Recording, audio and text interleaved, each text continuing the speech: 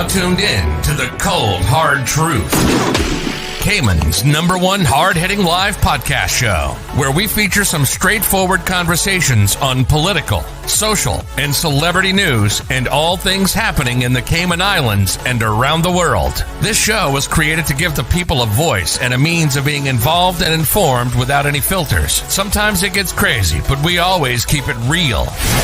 We bring you the tea, piping hot, so grab your favorite beverage and join the conversation via WhatsApp at 324-1612. Email tips at CaymanMarlRoad.com. Now, here's your host, Sandy Hill, broadcasting live from the beautiful Cayman Islands.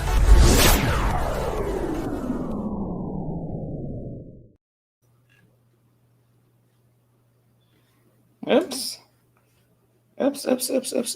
Sorry.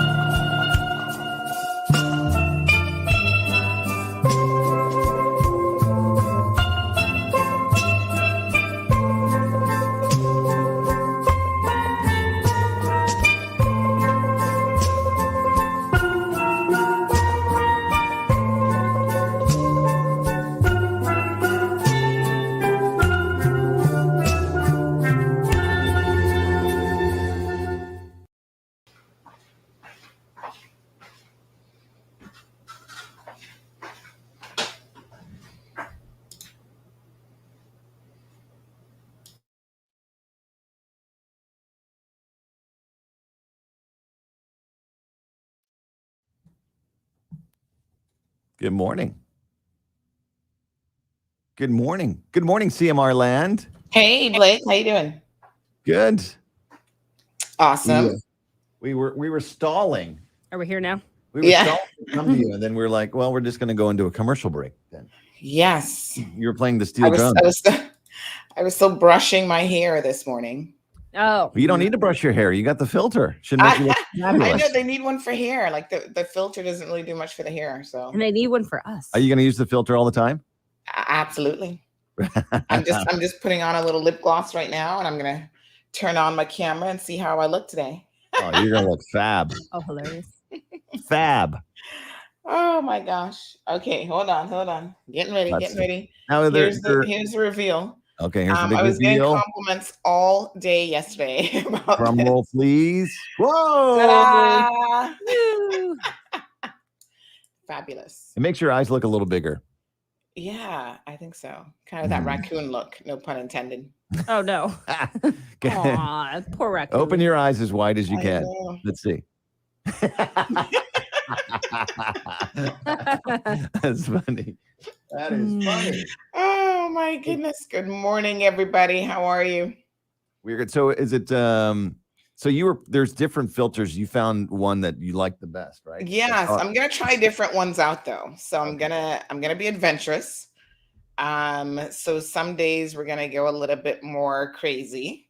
Yeah. But we're starting the viewers off easy, and then we'll see, because there's some that have like really dark lip colors and all sorts of stuff. So We're gonna come to you live. we'll try them all. Why not? Here we Do go. it. Big news. I have some important news for you. Interesting news. It's Blake and Aaron's Spilling the Tea with Sandy. Cayman's top news headlines of the day from CMR. Good morning, Sandy. Morning. How are you? Fantastic. How are you guys? We are good. Wonderful. Looking fab as well. Awesome. Thank you. I don't know what The you've filters. done. I don't know if you guys had some work done. There's something different Yes. about you. I can't put my finger on it. I know. It's just absolutely fabulous. We're gonna have to download some of these filters. Yeah, I'm telling you. I know. They're pretty good. You know, somebody was saying to me yesterday, oh, these are perfect for like when you have to do a job interview. And then, but of course, then when you show up for the job, they might be like, who the heck are you? You know, I think you're that's not the like person we anybody hired. that's Yeah. anybody that's dated on Instagram. They're like, wait, that's not what you look like on Right. your photos.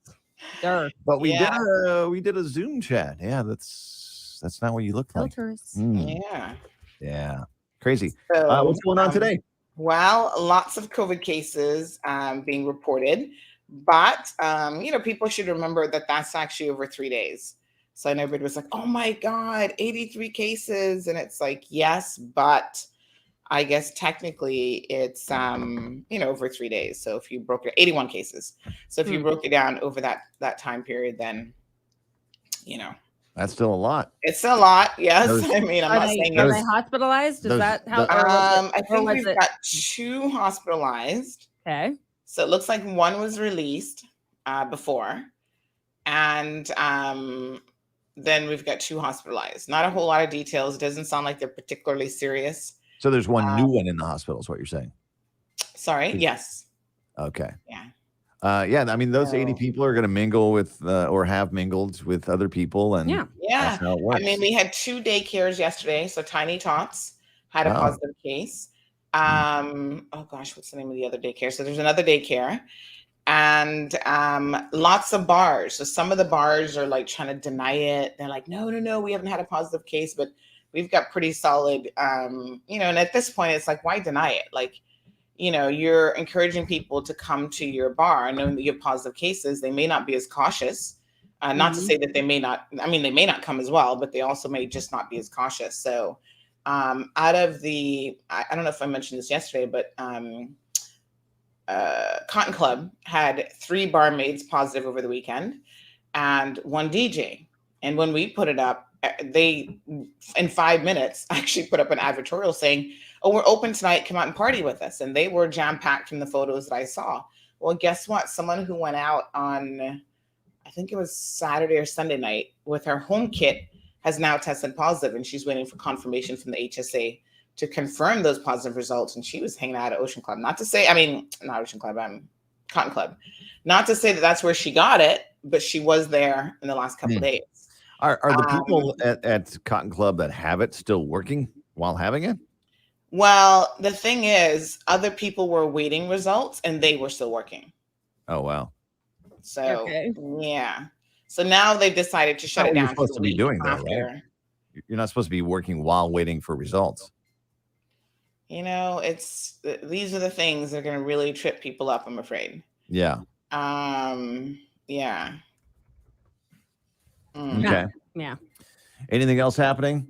The BRAC has some positive cases as well. Our unofficial sources have informed us that there are 3 bartenders at a local bar that have tested positive.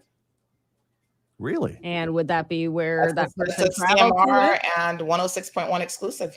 Wow. Yeah. Wow. Well, obviously wait for confirmation on that, but that Yeah. person could have traveled and went to the bar. Yeah. That was positive. Yeah. Three bartenders at the same bar. Yes. Wow. Okay. And I mean, obviously, you're going to see clusters, right? Because people are exposing each other to this. Do we know which Yeah. bar that is? I could find out. Yeah.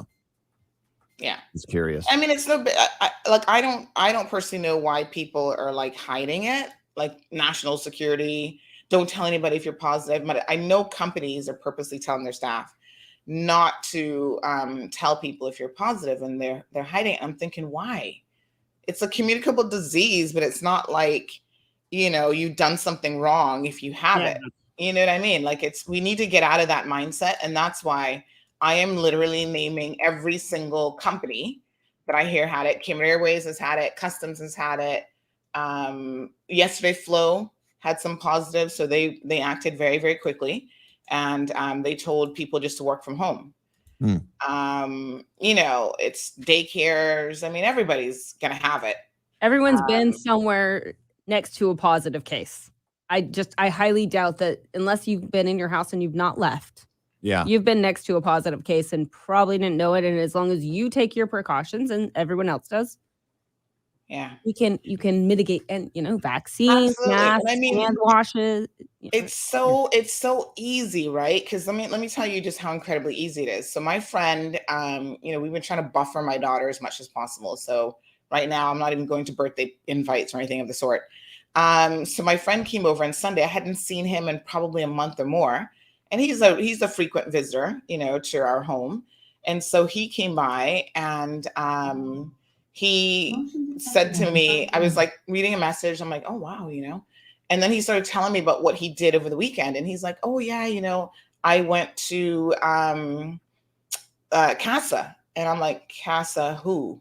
I'm like, Casa in the Strand? He's like, yeah. And I'm like, the message I'm reading right now is that Casa has a few positive cases. And I said, you were there? Oh, yeah, I went out with a few people on Saturday. And I'm like, ugh. So it's almost like no matter how much you try to create a buffer, this is just how our lives intersect. Yeah. All community. I thought he's been working too hard and too tired to even go out anywhere. And here he is going to Casa a couple nights before. And then ironically, on Sunday, I was getting messages that they had possibly several cases of their employees. And Wow. that's just how it is. Yeah. So I'm like, let me go get my my quick test. I was gonna say you can buy those from lateral flow test real quick. you can buy those from the supermarkets now. Yeah. Or not supermarket, So pharmacies. Tiffany's preschool has 2 positive cases, 2 and 3-year-old children so far. One class is going to close down for 2 weeks now.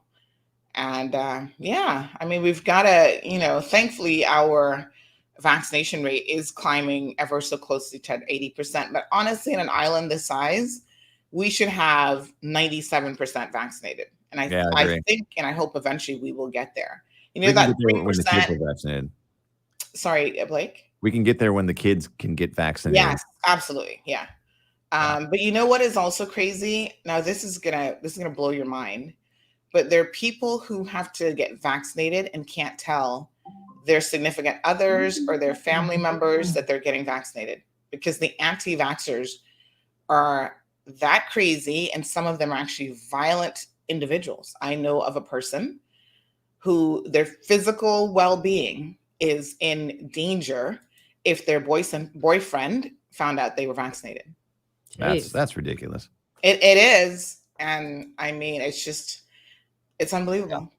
Is somebody at your front door? I know. No, I think she got a package delivered. That's Alexa.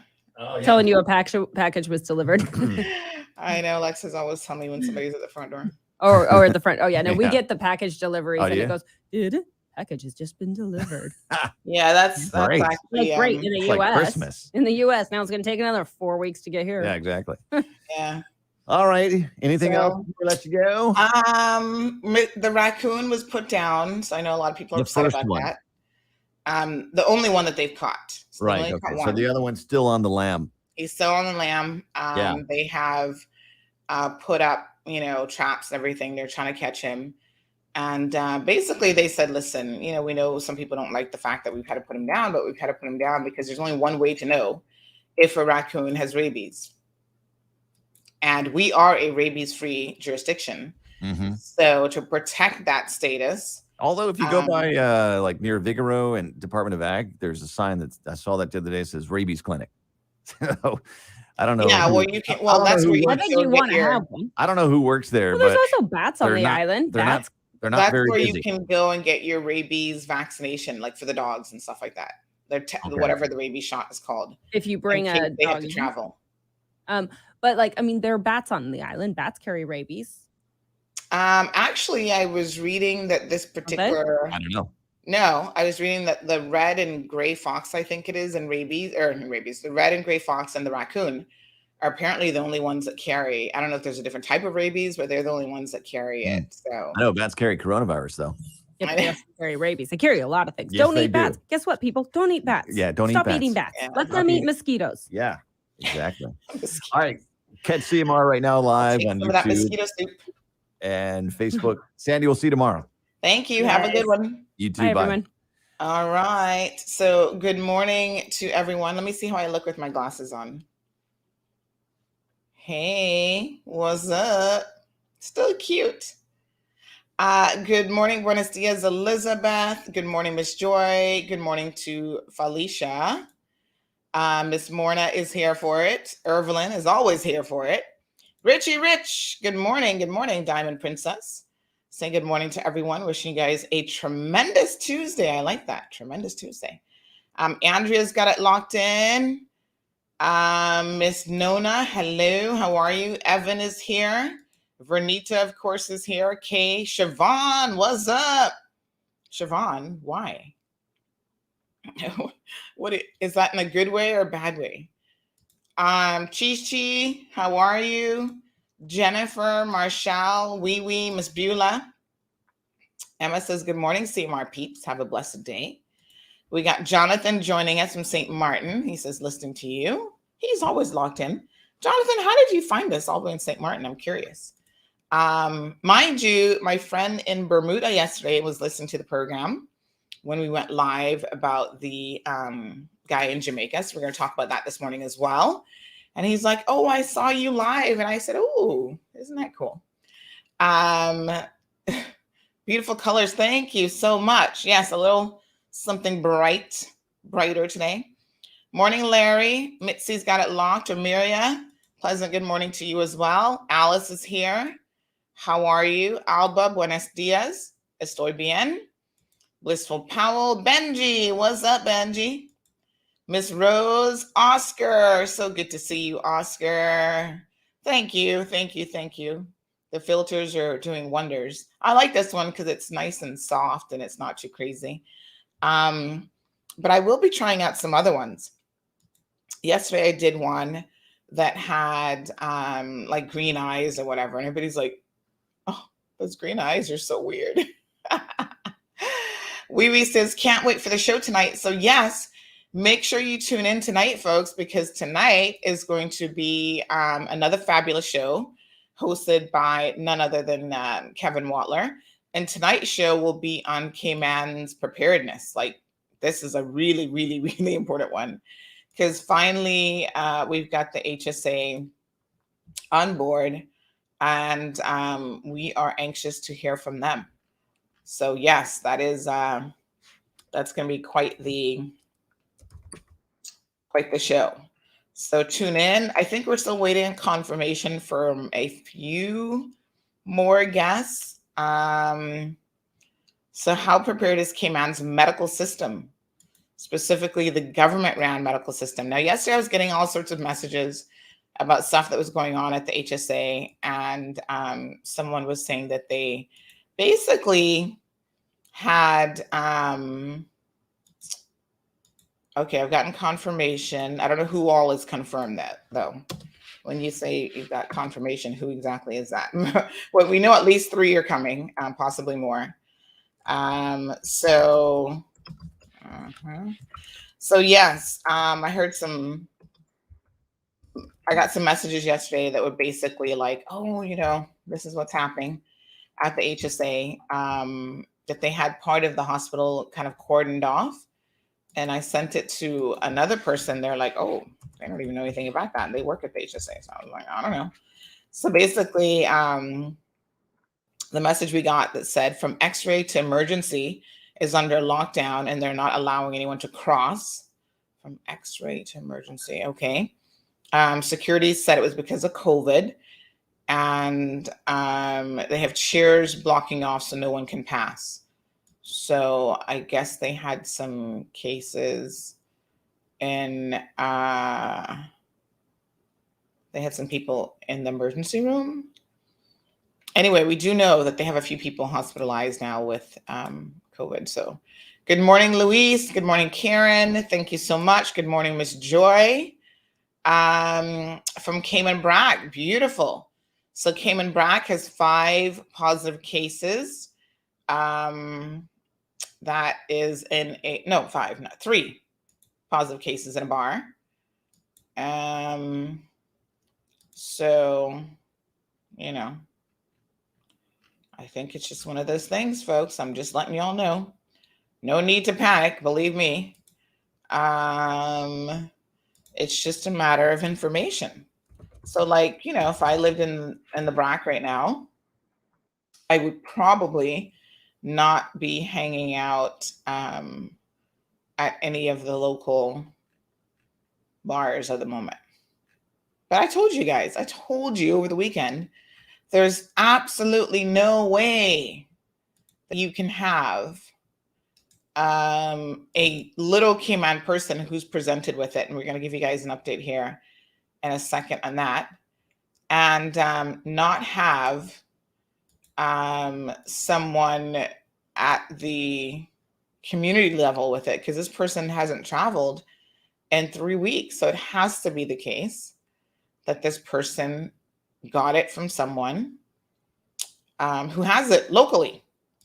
That's just what it is, right? So Cayman Brackers, it is what it is. That's all I can tell you. Just be careful, like the rest of us. Yeah. All right. So yesterday morning, we got news around 9:30ish or so, just as we ended the show almost. I was actually here in the studio doing another recording. So I'm trying to do little news snippets every day to go out around midday, 1:30 or so. Oh, this is probably good news. Hold on one second. Let's watch this video and then I'm going to tell you what this call is all about. We're able to confirm that a member of the Jamaica Constabulary Force lost his life in a motor vehicle accident this morning.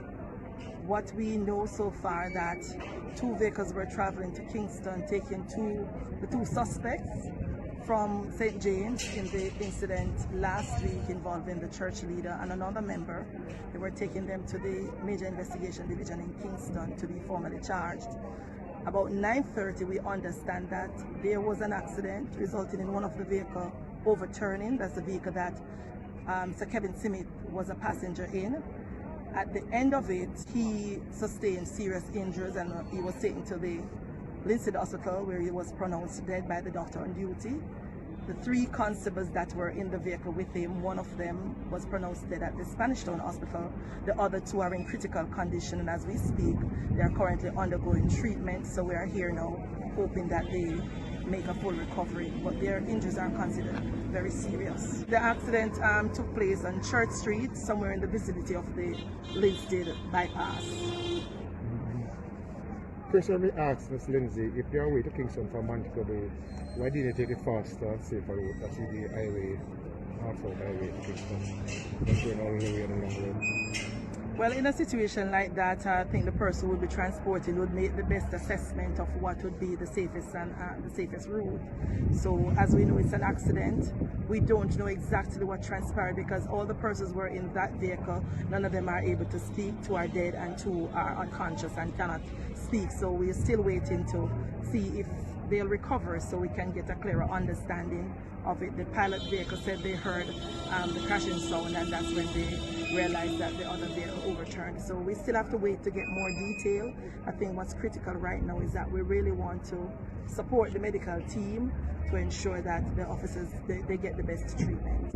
Why did he have to be brought to Kingston to be charged? So, there's an ongoing investigation resulting from the murder of those two persons last week at the church. So they got to the point where the DPP said they ruled that the matter be committed to the Home Circuit Court. So they were being brought to Kingston to the Major Investigation Division to be formally charged and then placed before the court. So that was the reason they were being taken to Kingston, as the matter was going to go directly to the Home Circuit Court for trial. Can you tell us anything more about the officers, the years of service, anything of the sort? Not yet. I don't have much detail about the officers. We're not releasing the names right now because they're next of kin, not yet notified, but I know that the chaplaincy unit and the commanding officer for the St. James Division are currently making arrangements with the families to lend them some support. So that's where we are now.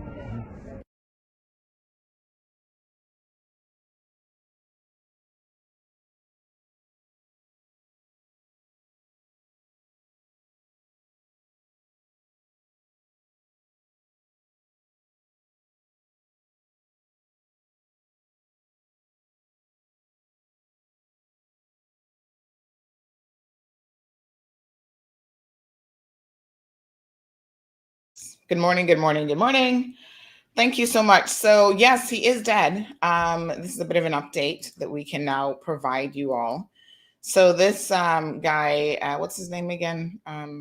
Smith, Kevin O. Smith. He was the pastor, cult leader, whatever you want to call him, certified lunatic, whatever, who has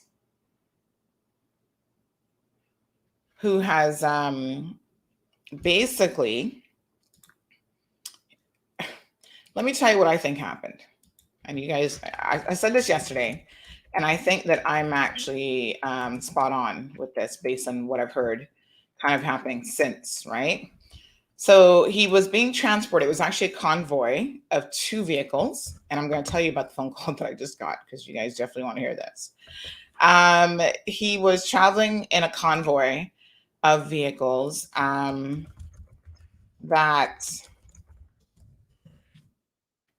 it was 2 vehicles. So in one vehicle, I understand that it was him, another suspect, right? I think they were on their way to be formally charged in Kingston.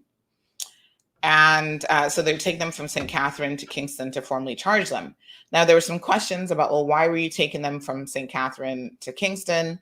The reason the DPP has said is that apparently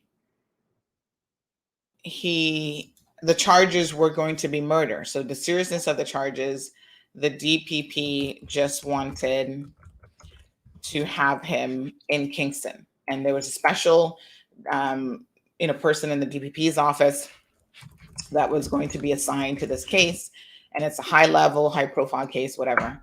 And so as a result of that, they were transporting him to Kingston to be charged in a particular court. So, they have like different courts and whatever in that jurisdiction. So,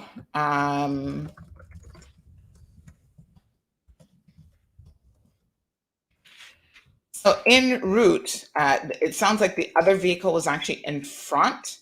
And then this particular one was traveling behind, had 2 officers in it and 2 suspects in it.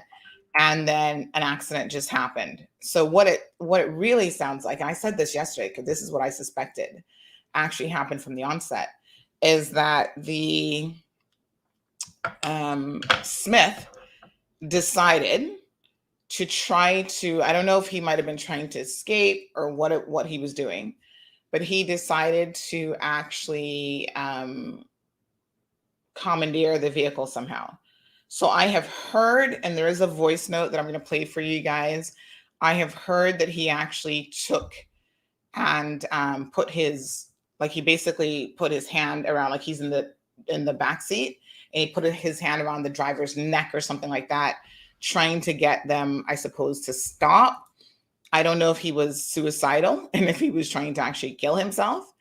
I don't kind of think that was it. I think he was probably trying to escape. But the end result is he caused a serious accident. Someone actually caught it on dash cam, by the way. And so I want to show you guys this. This was on Instagram. So someone actually caught it on part of it, like right before it happened. Somebody caught it on dash cam. And so the dash cam video is, I think it was Jamaica Gleaner that had it up. Let me just show you the dash cam video because they caught like part of it, right? So yeah, so the dash cam video showed, let me just see if this is it. And then they interviewed people. Yes. Okay, here we go. Awesome. So I want you guys to look at this. So thank God for dash cam. Thank God for a dash cam, right? Because I think they should put to bed a lot of the conspiracy theories and all that kind of stuff. He is dead, folks. I don't think that anybody would have faked this accident. And it's unfortunate that somebody else had to lose their life in the process, because I really feel like, in the circumstances, he's the only person who deserved to be dead. But, when these people act crazy, they can take other people with them. And it's just one of those unfortunate things. So here's the dash cam video. So look at this. This is so interesting. Let me just show you this. Okay, so this is the actual video here. Let me see if we can make this full screen. Yes, here we go.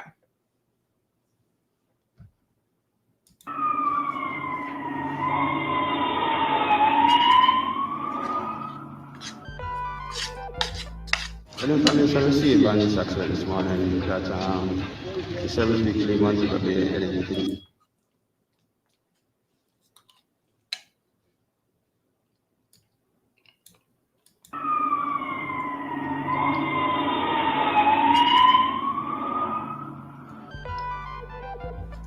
The information received on this accident this morning that the service weekly wanted to be anything, so along with Mr. Smith, the field pastor.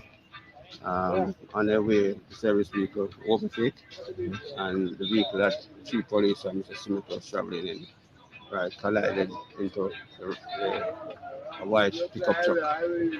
And seeing it, the pickup driver stopped, and the vehicle could not make the overtake because of the service vehicle go through, was so narrow. So the vehicle that was transporting Mr. Smith collided into pick up and get up the control and slam into the embankment.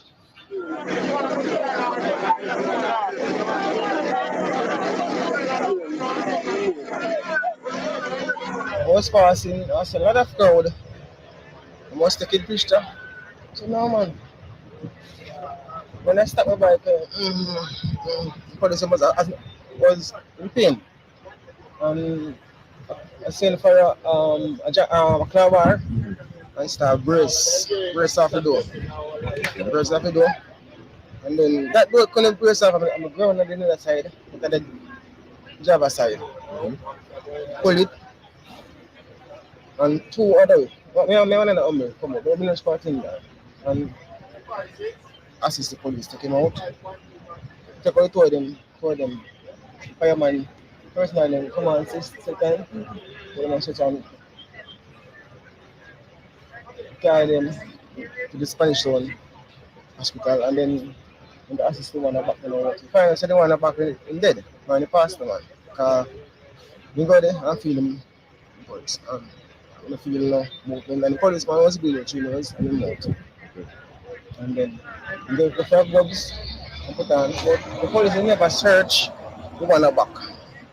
When you take them out now and put him on ground, you start searching, take off him clip in extend magazine, handcuff, and you have him gun, and take out him gun and flood in the police.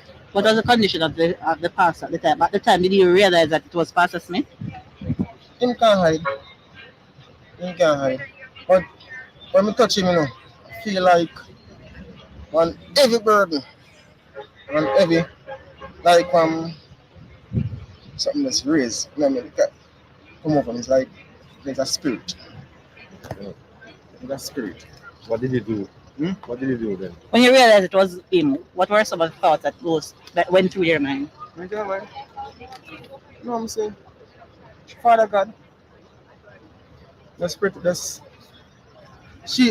Father God shield me. Father God, just shield me from this. I know he's a very powerful father, but you, pastor, you more powerful than him. There's no blood on the pastor. Was he conscious? He neck him broke. I see him neck rest on the policeman's shoulder. Okay. That time the policeman was dead. God, the policeman, if you can get licked, he's the policeman dead. I said, God, blood was flowing through the nose and the mouth. They rushed to the hospital. So far underground, we have heard that one of the police succumbed to his injuries. Also, Mr. Smith so far. Okay. Is this bypass prone to accidents? Yeah, I mean, this is a road that I keep begging the disaster coordinator and this relevant authority for this road. There were more than one accident. This is the third accident right here. I'm still appealing again to the relevant authority to continue to do. See, they're doing some of the work so far, but because of the poor surface of the road, most of the time we have these serious accidents. This morning, again, it is a serious accident this morning. And if we don't address these roads for now, we're going to continue to lose the life of persons.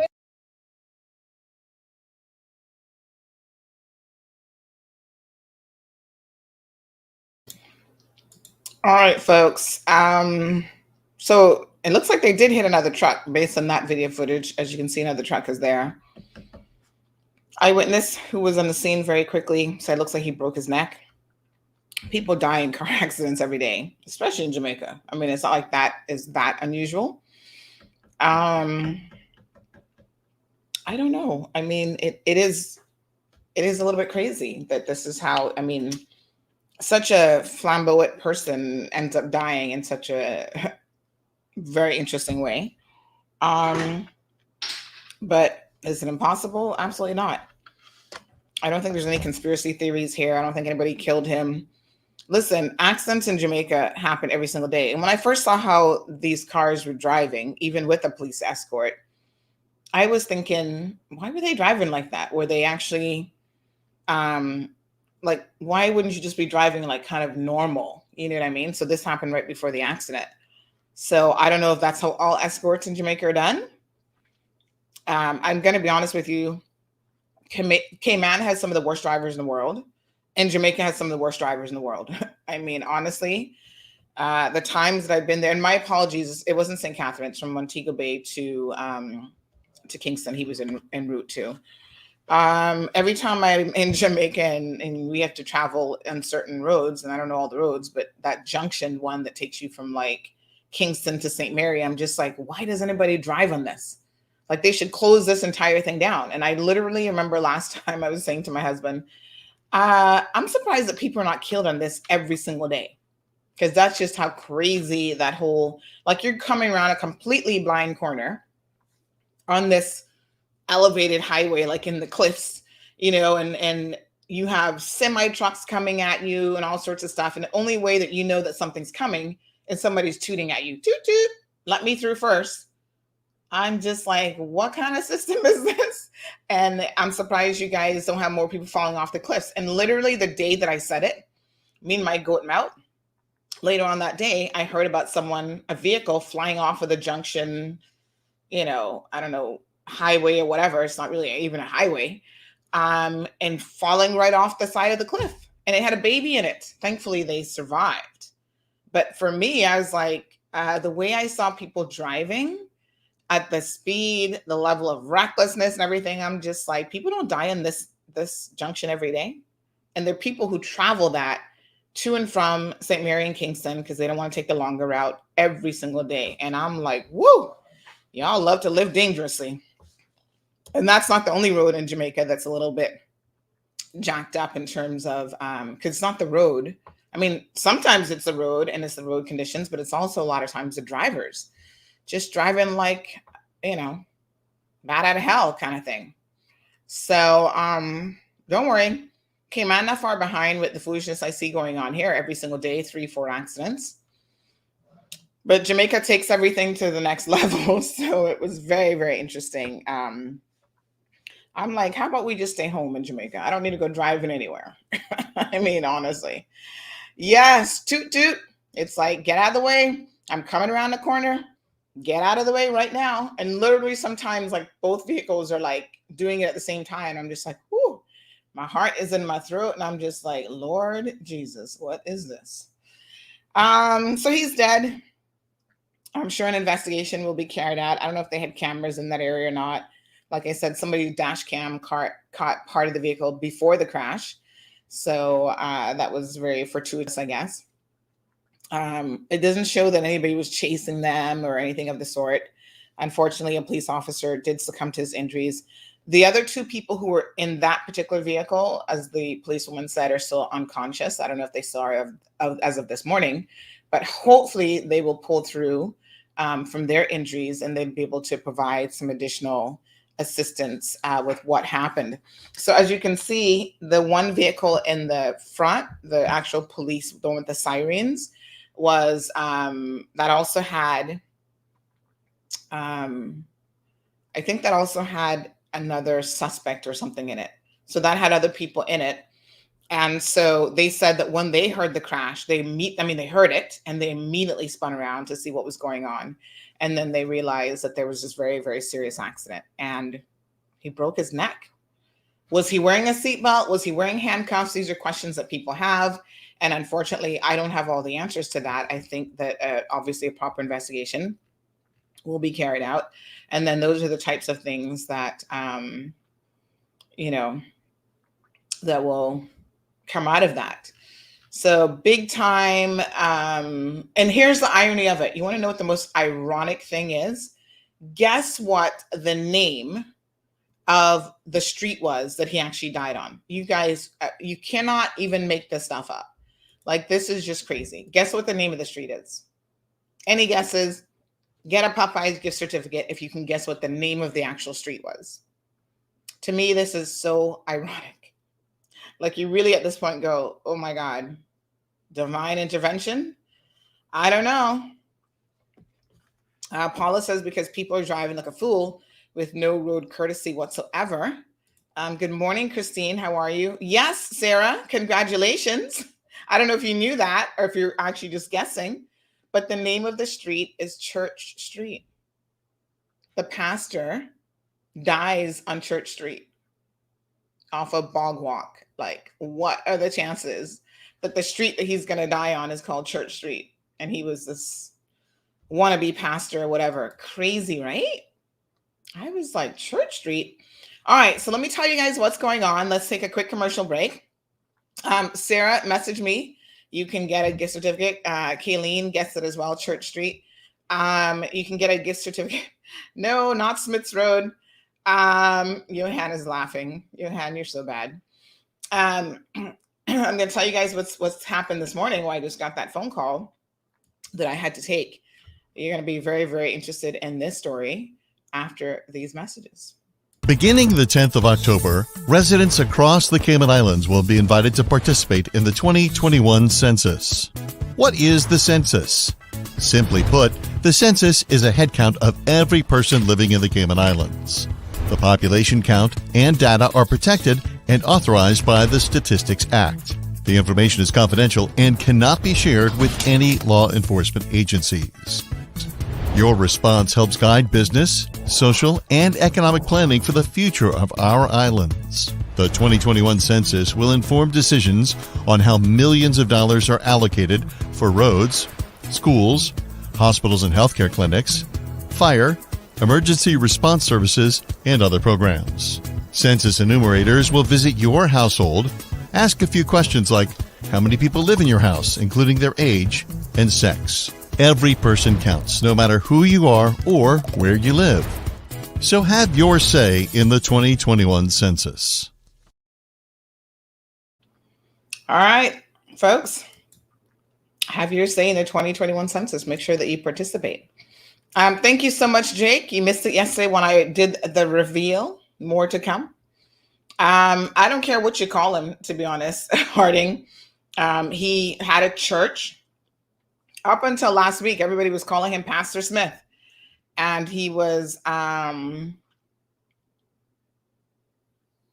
Carmelie says he's a Caymanian born from Northside.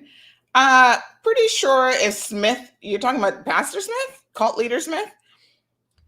Pretty sure if he was from Cayman, we would have known this from last week when he decided to kill people. So they were actually going to charge him with murder. Good on them, because that's exactly what he should have been charged with. Because if you are the mind controller of anyone and instruct them to commit the murder, both you and the person who commit the murder should be charged with murder.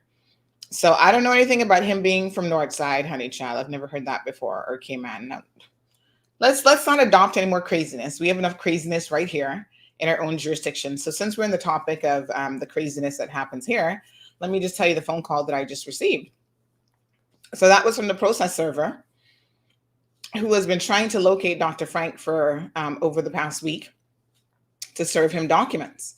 So Dr. Frank has been avoiding the process server like the plague, like the coronavirus, and refusing to be served. But you can't refuse to be served, because you don't actually have to take service in your hand for you to be served. So what the process server had to do is all day yesterday and today, he essentially had to lay wait Dr. Frank in order to serve him these documents. Now, as you guys know, I talked about this briefly last week.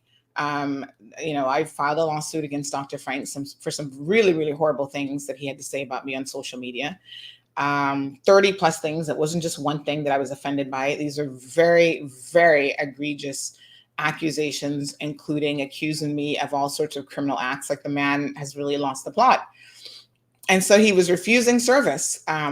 He got served the original writ of summons. And now that we have a hearing date, because he didn't respond to the lawsuit, I'm applying to get my default judgment, and he's been refusing service. And so the man had to do some real detective work to track him down and to serve him. So this morning he would not accept the documents. And I was just informed by the process server that he went as far as raising his hand as though he wanted to assault this man, which, even raising your hand in that manner, if this man wanted to contact the police about that, he could do so, because that is an offense. That's what poor Mike Adams is in court for right now. That's called common assault. You raise your hand at someone in a threatening manner, that's common assault. So I'm sure this process server isn't going to bother, because he's like, this dude is just crazy. He's like, this guy seems like he really has lost it. And that's not really my concern if he's lost it or not. He has been served now. And so we shall see him in November in court, and I'll keep you guys updated. So he had to drop it at his feet. Like, who does that? Every single time I've ever been sued in a lawsuit, I gladly accept the documents. I have never ran from a process server, hidden from a process server, or refused to accept documents. I take them and I sign the little piece of paper, no problem. It's just so incredibly bizarre.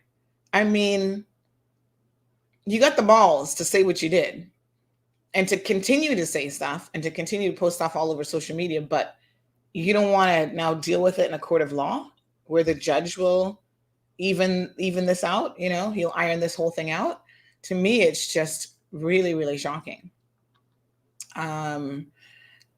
But there you have it.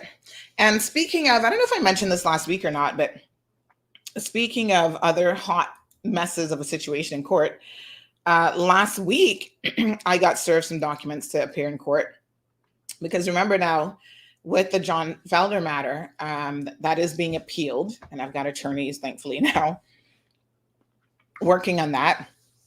But he owes like so many people money that one of the people that he owes money for is trying to come after that judgment, and it's called a garnishee order. And the garnishee order is basically when somebody else comes into money, you're trying to quick time get your hands on that money because they owe you money. So this is the second time that this poor guy has tried to get his hands on money that Felder has come into, because he owes a considerable amount of debt, hundreds of thousands of dollars, to other people. It's all in the joint liquidators report. So now I have to go to court. Listen to how crazy this is. Somebody, I think it's Paul Deegan, that posted up on Facebook about this. He's like, how crazy is this? But now I have to go to court in a separate hearing related to this garnishee order. And so I will be in court. What day is that? I think it's like the second or third week of November in relation to that as well. So super, super crazy. And in November, I'm also appealing the criminal case decision that I was convicted in. That's my only conviction. and I am appealing that as well. So November is going to be a very, very busy month for court cases.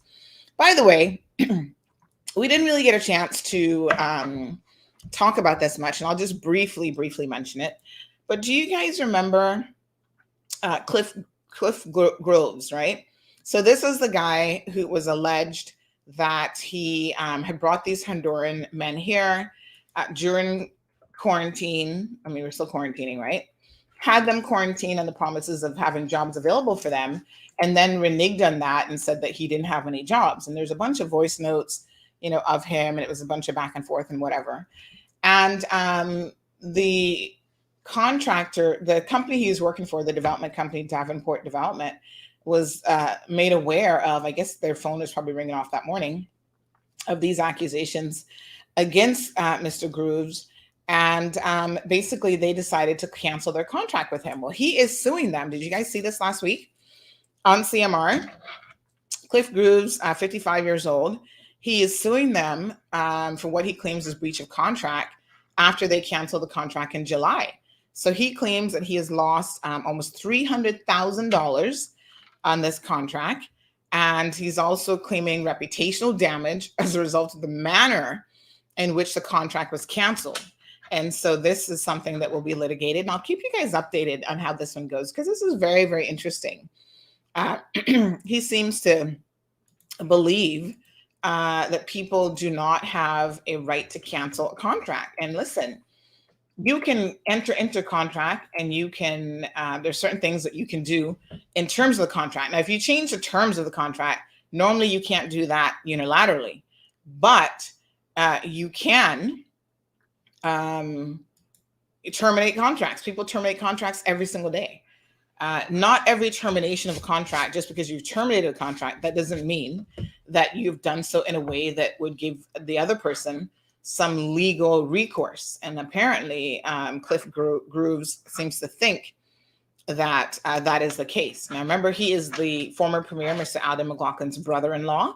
And there'll be people who will tell you that he has quite the reputation, especially when it comes to immigration infractions, alleged immigration infractions, and so on.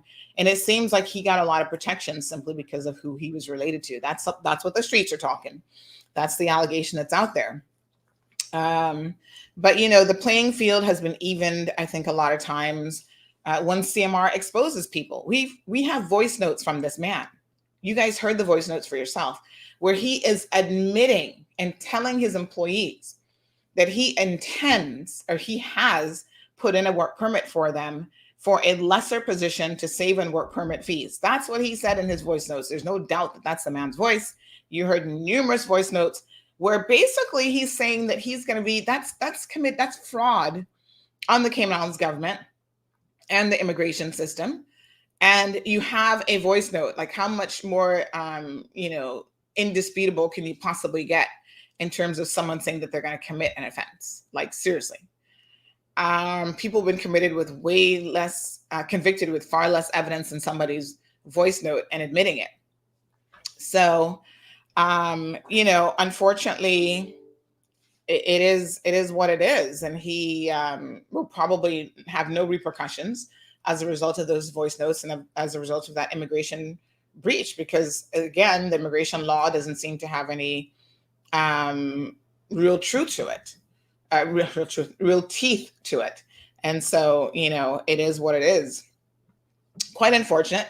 But anyway, he's decided to sue the developer Davenport. And of course, his lawyers are Chapmans. I don't even know who Chapmans is. I've never even heard of them. But anyway, whoever they are, like I said, lawyers will pretty much take any case, whether it has any merits or not. And so this will be one to watch, and we will definitely keep an eye on it for you. I'm guessing that this contract was a substantial contract for him, and it's probably the only real contract that he had. And, sometimes in this day and age, you do things and you have to pay the piper for your poor decisions almost immediately. It's not like years ago where you were protected and you could do anything to people, especially foreign workers, and you got away with it. Listen, foreign workers come to CMR every single day and they lodge their complaints. Now, I know some of you have in your head that CMR is anti-expat, but that's not the case at all. We are pro-Caymanian, but we're pro doing the right thing regardless of who you are. So, you know, we've got expat friends of the show. In fact, I think probably some of our biggest fans are expats. People in the Filipino community, Jamaicans, Spanish people, you know, people from Latin America, South, all over the place. The CMR, you know, fan club is far and wide. And I don't really care who you are. You don't get to not follow the laws. And I feel particularly egregious as someone who has lived as an expat in somebody else's country to know that people come to our country and they're being treated in such a manner that really brings disrepute on us as a country, right? So if it's Cliff Grooves or anybody else that's out there mistreating their workers, that's not right.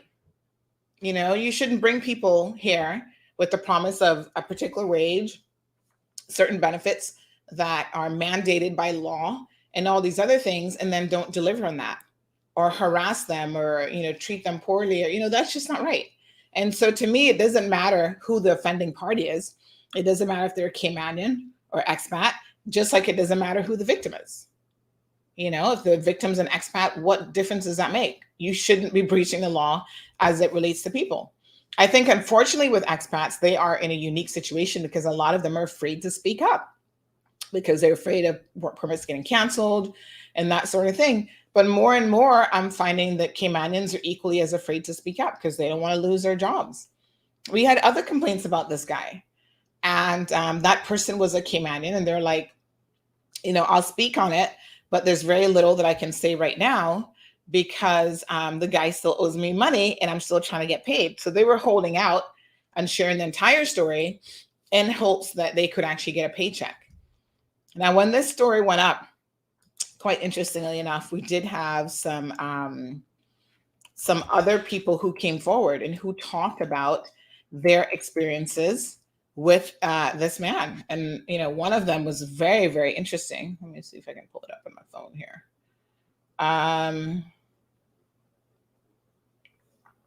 Because this one, you know, made allegations of being owed a lot of money.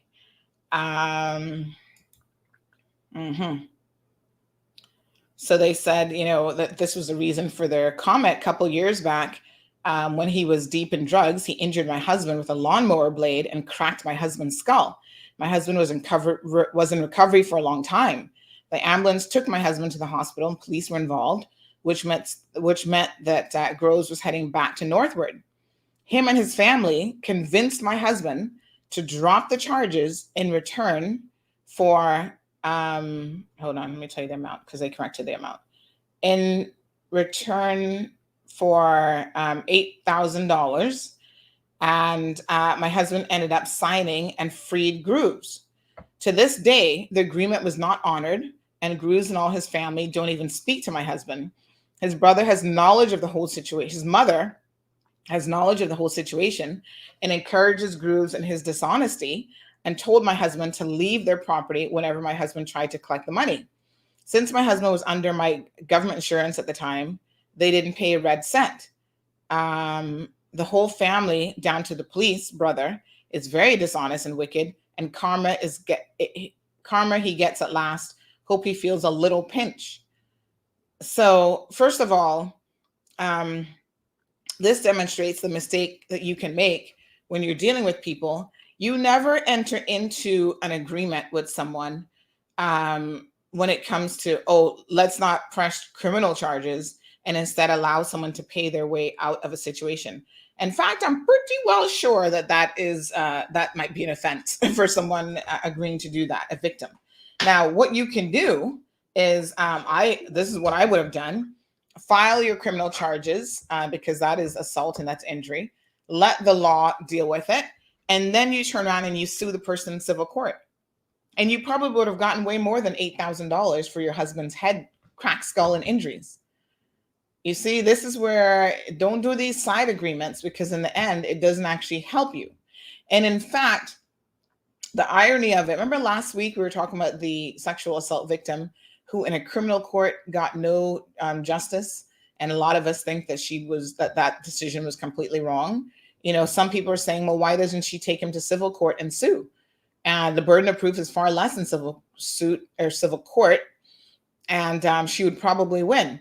I don't know why people in Cayman don't do stuff like that. Americans are a little bit different. So if you were in the States, you'd definitely be sued in a civil court for those types of injuries.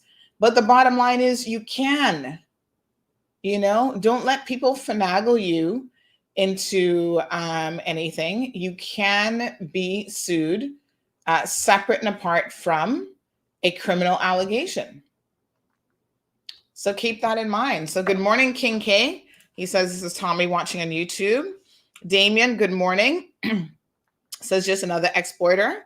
Good morning to the beautiful Lily. Good morning, Andine. How are you? Louis is also joining us. Sherry Ann is here. Johan says, hashtag just saying. Yes, honey chill. Just saying. So let's talk about the Little Cayman breach. Not really a breach, but the man in Little Cayman who has tested positive for COVID. Odette, how are you, my love? So here's the thing. We revealed on, was it Saturday? Saturday evening, that a man was on Little Cayman, and he traveled to all 3 islands in the space of 24 hours. So what he did was he left Little Cayman, went to Cayman Brac. He works through Public Works. Then he went from Cayman Brac to Grand Cayman, did whatever here. And then literally as he's at the airport trying to get back the following morning, 24 hours, as he's trying to get back to Little Cayman, he gets a phone call that says, exit the airport right now. You're COVID positive. And so they've taken him and they put him in quarantine. So it's a hot mess of a situation. And so we reached out. I told you guys yesterday that I would have reached out to the HSA to find out how many people are actually vaccinated on the sister islands, because we haven't really ever heard these numbers before. So I'm happy to tell you all that I do have some updates on this situation. So what we have is, okay. So what we have is some information. So in September, until now, this is what the HSA has shared. They did, so FH team, FH would be, I wonder if they meant to say PH, public health. But anyway, they've done some proactive COVID screening from September the 19th until now. So they've done 595 swabs. FH,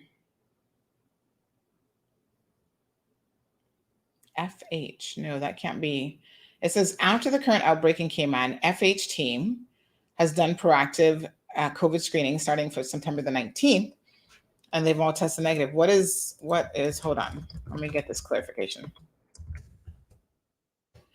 So I'm assuming that that's on Little Cayman, because our question about testing was in relation to the sister islands. So I think I see them typing. So I think they've actually listened to Puranga. I'm trying to understand to make sure I tell you what this correctly says. So in both Cayman Brac and Little Cayman, we have 1,860 people who are vaccinated.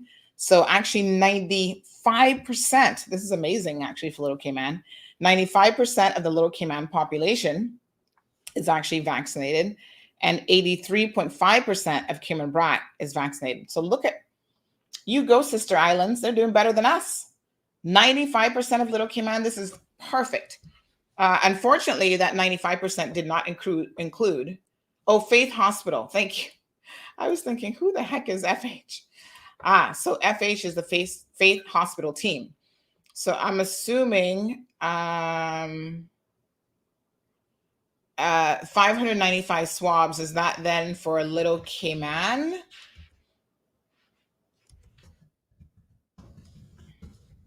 Or Cayman Brac? Okay.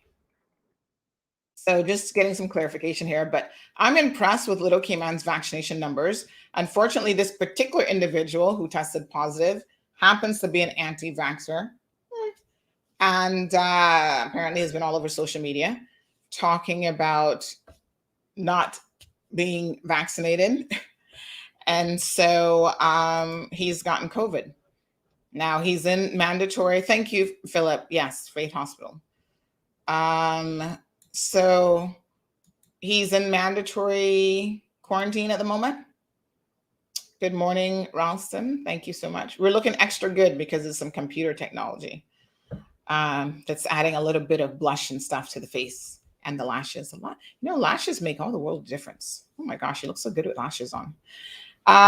So that's the situation at present. And I guess we'll see. Where would he have gotten COVID from, though? That is the $1 million question. Like I said, in my mind, they better start swabbing everybody in Little Cayman because somebody else has got it. Now, the irony of it is if you travel between Little Cayman and Cayman Brac, there's no need to be tested. So I noticed some comments on this article where someone said this is a prime example of the fact that vaccination cannot only be applied to guest workers. There must be a system of testing the local population and getting them vaccinated as well, or the program is obviously going to fail. Well, I think how the government is looking at it is the vast majority of people here are actually guest workers. The irony of that. The vast majority of people in the Cayman Islands kind of fall into that category. At least it's a 50-50 split in my mind, right? So if that is the case, then you're still going to maintain and probably reach that high level of vaccination. And certainly you're not going to be allowing people to come in who are unvaccinated, which is a good thing, I do believe.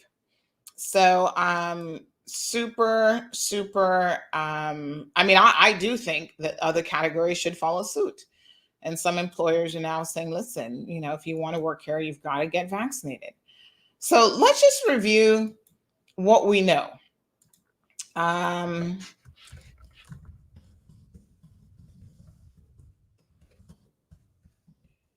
lot of people, a couple of things that have come up over the last couple of days. So some people have this argument about natural immunity versus vaccine-acquired immunity. I thought that we had addressed this sufficiently to kind of put it to bed. But the professionals have said that the best combination is natural immunity plus vaccine immunity.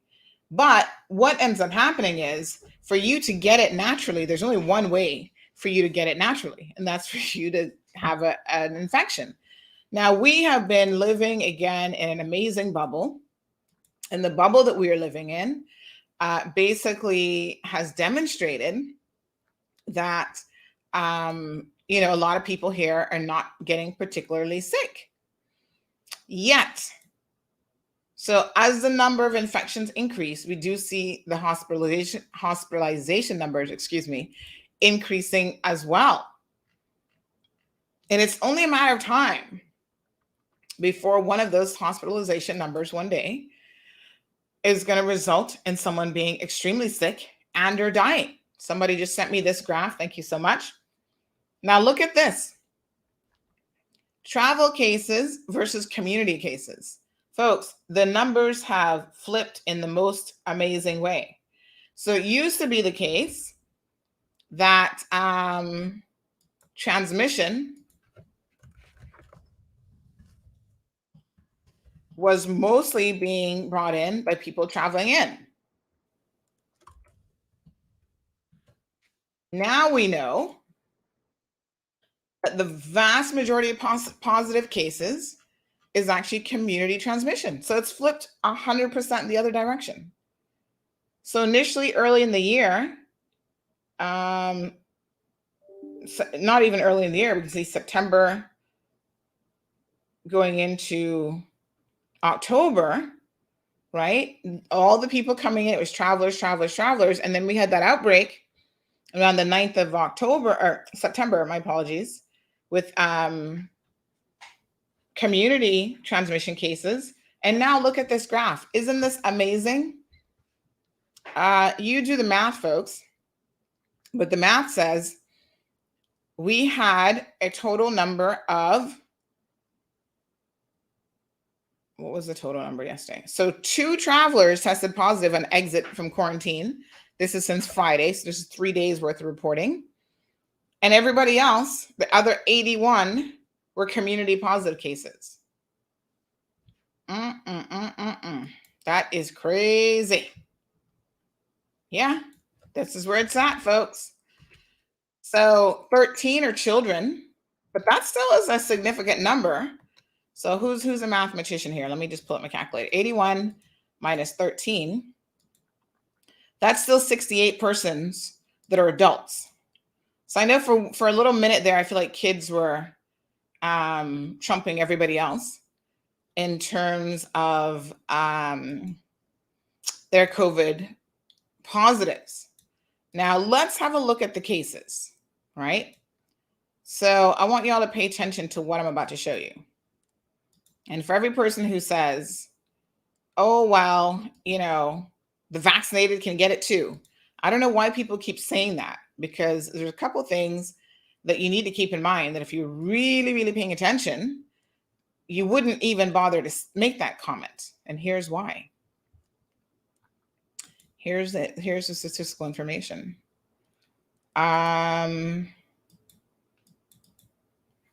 Okay. So 83 new cases, 81 of the 83 community transmission. And 13 of those are children. So 68 are adults. All right, so where's my percentage calculator? Anybody can do the percentage math? Hold on. So what percentage is that of that? Hold on. So what is 68% of 81? I mean, 68 of 81. That's 55% are adults. So I think what they should do with this graph, right? Because they've now told us that 51% of those are unvaccinated. So we know automatically that no child, I'm assuming, but it does depend on the age of the child. So this is where I would really, really be grateful to the Cayman Islands government if they broke this information down in a little bit more of a meaningful way. So if I know that 68% or 68 people minus, that's the adult population, right? Minus 51. Okay, so that means that only 17, this is a little bit of an assumption here. Because again, the problem with these numbers is it doesn't give us, like, we break it down further. Let me know of the vaccinated, how many of those are travelers? So we're all 3 travelers vaccinated, we're all 3 travelers not vaccinated. Give us that information based on travel status, as well as adults, because remember, teenagers can get vaccinated. So when they say 13 children, is that a 14-year-old, a 15-year-old, a 16-year-old? That's still a child that could be vaccinated. So I would like to know 5 to, what is it that can't get vaccinated? How many in that specific age group accounts for this unvaccinated number? Because the truth of the matter is, if you have 68 adults, let's assume, and again, this would be an assumption on my part because they haven't provided us with enough information, but let's assume that the unvaccinated included the children, right? So remove the children. So 51 unvaccinated. So take 13 out of that. All right, so that means that 38 persons were actually unvaccinated. Yeah, so we are assuming that all 13 children are ineligible for vaccination. Like I said, I don't necessarily know that because the definition of a child could include a teenager who actually is eligible to be vaccinated. But let's assume they're not. All right, so that leaves 38 adults, I suppose, who are unvaccinated out of the 51. So what percentage is that? Am I doing the math here right? You guys might want to help me with this. So 38 out of 51. Oh, is that right? I think my math is off here. So 51 unvaccinated, remove the children, and that gives you the 38, right? So take out a 13. And then what percentage of that? It's still a pretty big percentage, even if you account for the children. I mean, that's 38%. I wish I don't know if it's the HSA or whoever does this number. So that's at least 30% of the 81. That would be a significant number if those are all adults. But you see the importance of like this really does become a numbers game. This is why you really do want to get as many people vaccinated as possible. Because 30%, there's no reason why we should have 30% of our population that is unvaccinated. Now, yesterday I was on social media, as I am every day, and I was having a look at, it actually came up on my, I think it was Instagram timeline, and Instagram had up a picture of a lady. Oh, look, here it is on,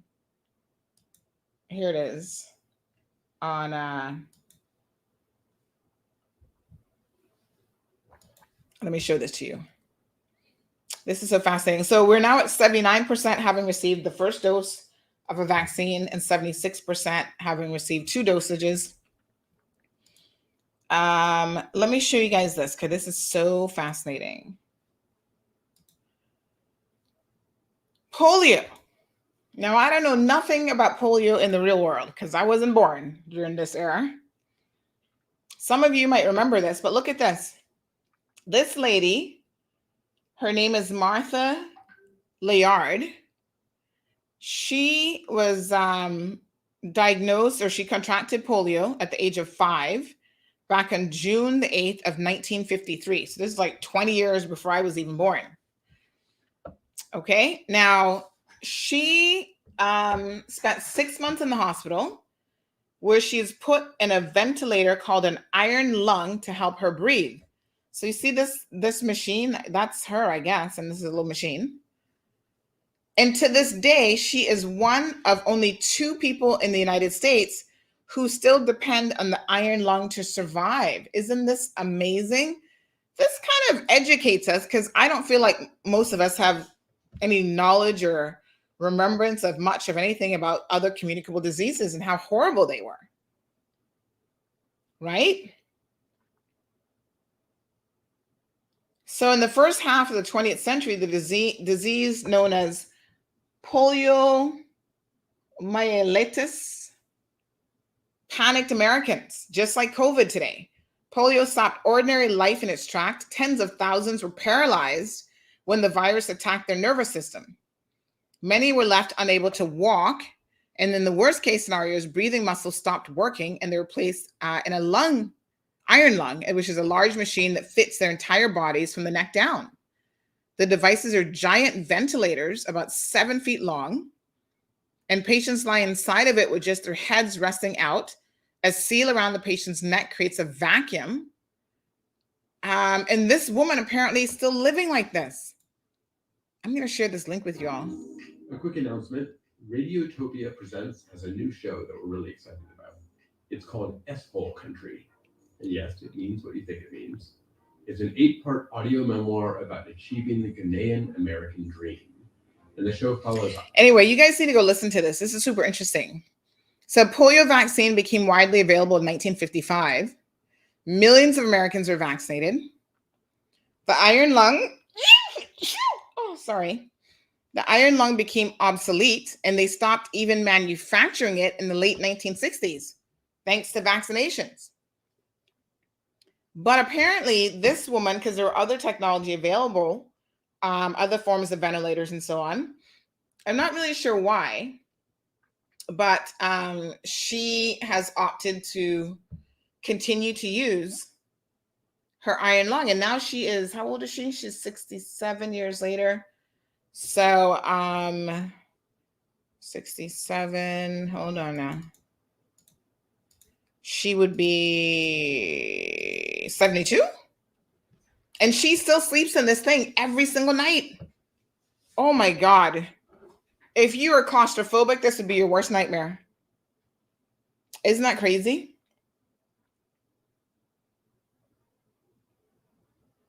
So she's got one of the few of these machines, these iron lung machines that are even left. It says here that her biggest challenge is maintenance. I can imagine. Nobody's alive who knows anything about it. The iron lung needs parts switched out every few months, and no one makes them anymore. So when her machine started breaking down in the 1990s, she had to find a replacement. And she went to hospitals and museums, and they'd all thrown them out or didn't want to part with what was part of their collection. So she found one from a man in Utah. And it says here that she spends most of her time alone and has gotten trapped in the iron lung. Wow, that's just crazy. So go listen to this. It's very, very interesting. It talks about her iron lung. And, again, my God, it's amazing to me that in this day and age, we can still hear of stories like this, thanks to modern technology. We can still hear, an interview by her. Listen to this, because this is the way that you educate yourself, I fancy, about things that you know nothing about. I don't know anything about polio. I have no reference point. I can't say, oh yeah, well, I remember when I was a kid, so-and-so got polio. I don't know anything about that life. Not a thing. But I do find it fascinating. This is part of medical history, part of vaccine history, that entire diseases such as polio have been eradicated because of vaccinations. Now, I think about it a lot, and I think, wow, if this was available in this day and age, how many anti-vaxxers would be like, oh, no, I'm not going to take the polio vaccine? Well, back then, you didn't have a choice. In America, they went door to door and vaccinated people, gave you no choice whatsoever. And can I tell you that you better believe the vaccines of that era were not as safe and did not go through the same safety protocols, et cetera, as the vaccines of today, of 67 years later. It's a whole other ball game when it comes to safety of vaccines. And still, it was what it was. I don't know who else likes NPR, but I'm a huge NPR fan. They do a lot to educate me, and I've listened to them, I feel like my entire adult life. In Tampa, I used to listen to the local NPR station there, and then Miami has one. They're all online. You can listen to their, oh my God, they have some amazing shows that they do. Every Saturday morning, I used to listen to a show called Wait, Wait, Don't Tell Me. And it was these two brothers who were in the car business. They're like, I think they actually had a mechanic shop. And they did an entire show around like people calling, oh, my car is doing this and this and this. What do you think it is? And because of their wealth of experience, they would talk about and diagnose people's car problems without ever seeing your car, which to me is amazing. But they'd go, based on what you've described, and we know this particular thing about this model Ford or whatever, you probably got a piston misfiring. I don't know anything about cars, but I'm just saying. And, they would get updates like, oh my God, you were absolutely right. My mechanic couldn't figure it out, but that's exactly what it was. These guys were so knowledgeable. And then many, many years ago, they were both up in age, and the show came to an end. And I was like, oh, and I don't even like cars. Like I'm not a car person like that. But I used to really enjoy their show because they were entertaining. They're really funny. And I got to learn something about a subject that I knew nothing about, which was cars. But NPR has some amazing shows. One that, I should have known when I met my husband that he was a real keeper. When I found out that he actually listens to, I don't think he listens to NPR like all the other shows, but there's one show that he listens to called, oh God, what's it called again? Oh my God, it is so good. They have the most interesting, let me see. He's always sending me reminders to listen to a particular episode. They have the most interesting,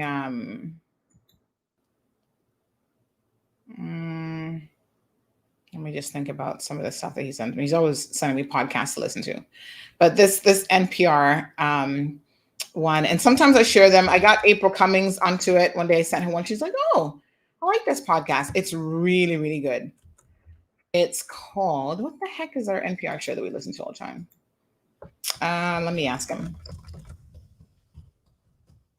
But they have a lot of really, really fantastic shows. There's one, and this one like follows like, oh, they do the most interesting topics. This one does, oh God, I can't remember, but it does really interesting, like, let me see. Planet Money is good. So if you want to learn about, things related to money, fiscal responsibility, whatever, that one's really, really good. This one is called,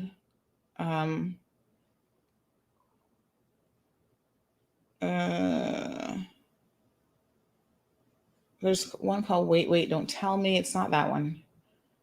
I'm trying to remember. They have a lot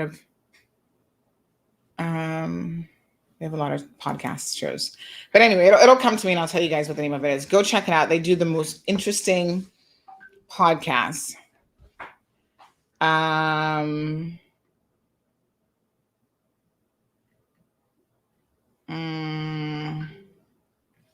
Anyway, I'll figure that one out for you.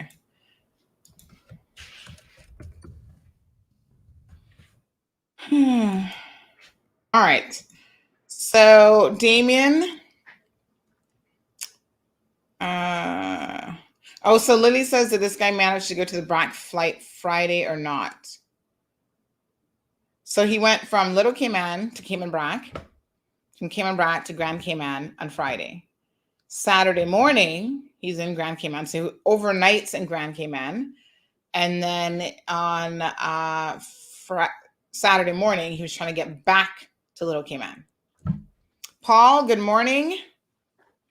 So he did go to the BRAC, but on the leg coming this way. So Damon says, why are they still quarantining vaccinated frontline workers who come back negative? So you mean when they're exposed? I'm not quite sure I'm following that question. So Rachel says if almost everyone is vaccinated, almost all the breakthrough cases will be vaccinated people because it's the bigger population. However, in every country, everywhere, the vast majority of people who get seriously sick and need oxygen are those who are unvaccinated. Oh, yes. The NPR show is called Hidden Brain. Look this up, folks. If you like to learn something new, believe me when I tell you that you want to start listening to Hidden Brain. The most fascinating topics in the world. Everything from why anti-vaxxers think the way they do. Why, this is what it says. I know I've mentioned this on the show before. Hidden Brain explores the unconscious patterns that drive human behavior and questions that lie at the heart of our complex and changing world. So here's one from October the 25th. And the guy who narrates this show has the most interesting voice. This one says, we broke the planet. Now what? We actually have broken the planet, believe it or not. The halo effect. Ooh, I missed that one. Gotta listen to some of these. Here's another one, being kind to yourself. And you would be shocked and surprised at, what you learn. So being kind to yourself says self-criticism is often seen as a virtue, but psychologist Kristen Neff says that there's a better path to self-improvement, self-compassion. She says people who practice self-compassion are more conscientious and more likely to take responsibility for their mistakes. Interesting.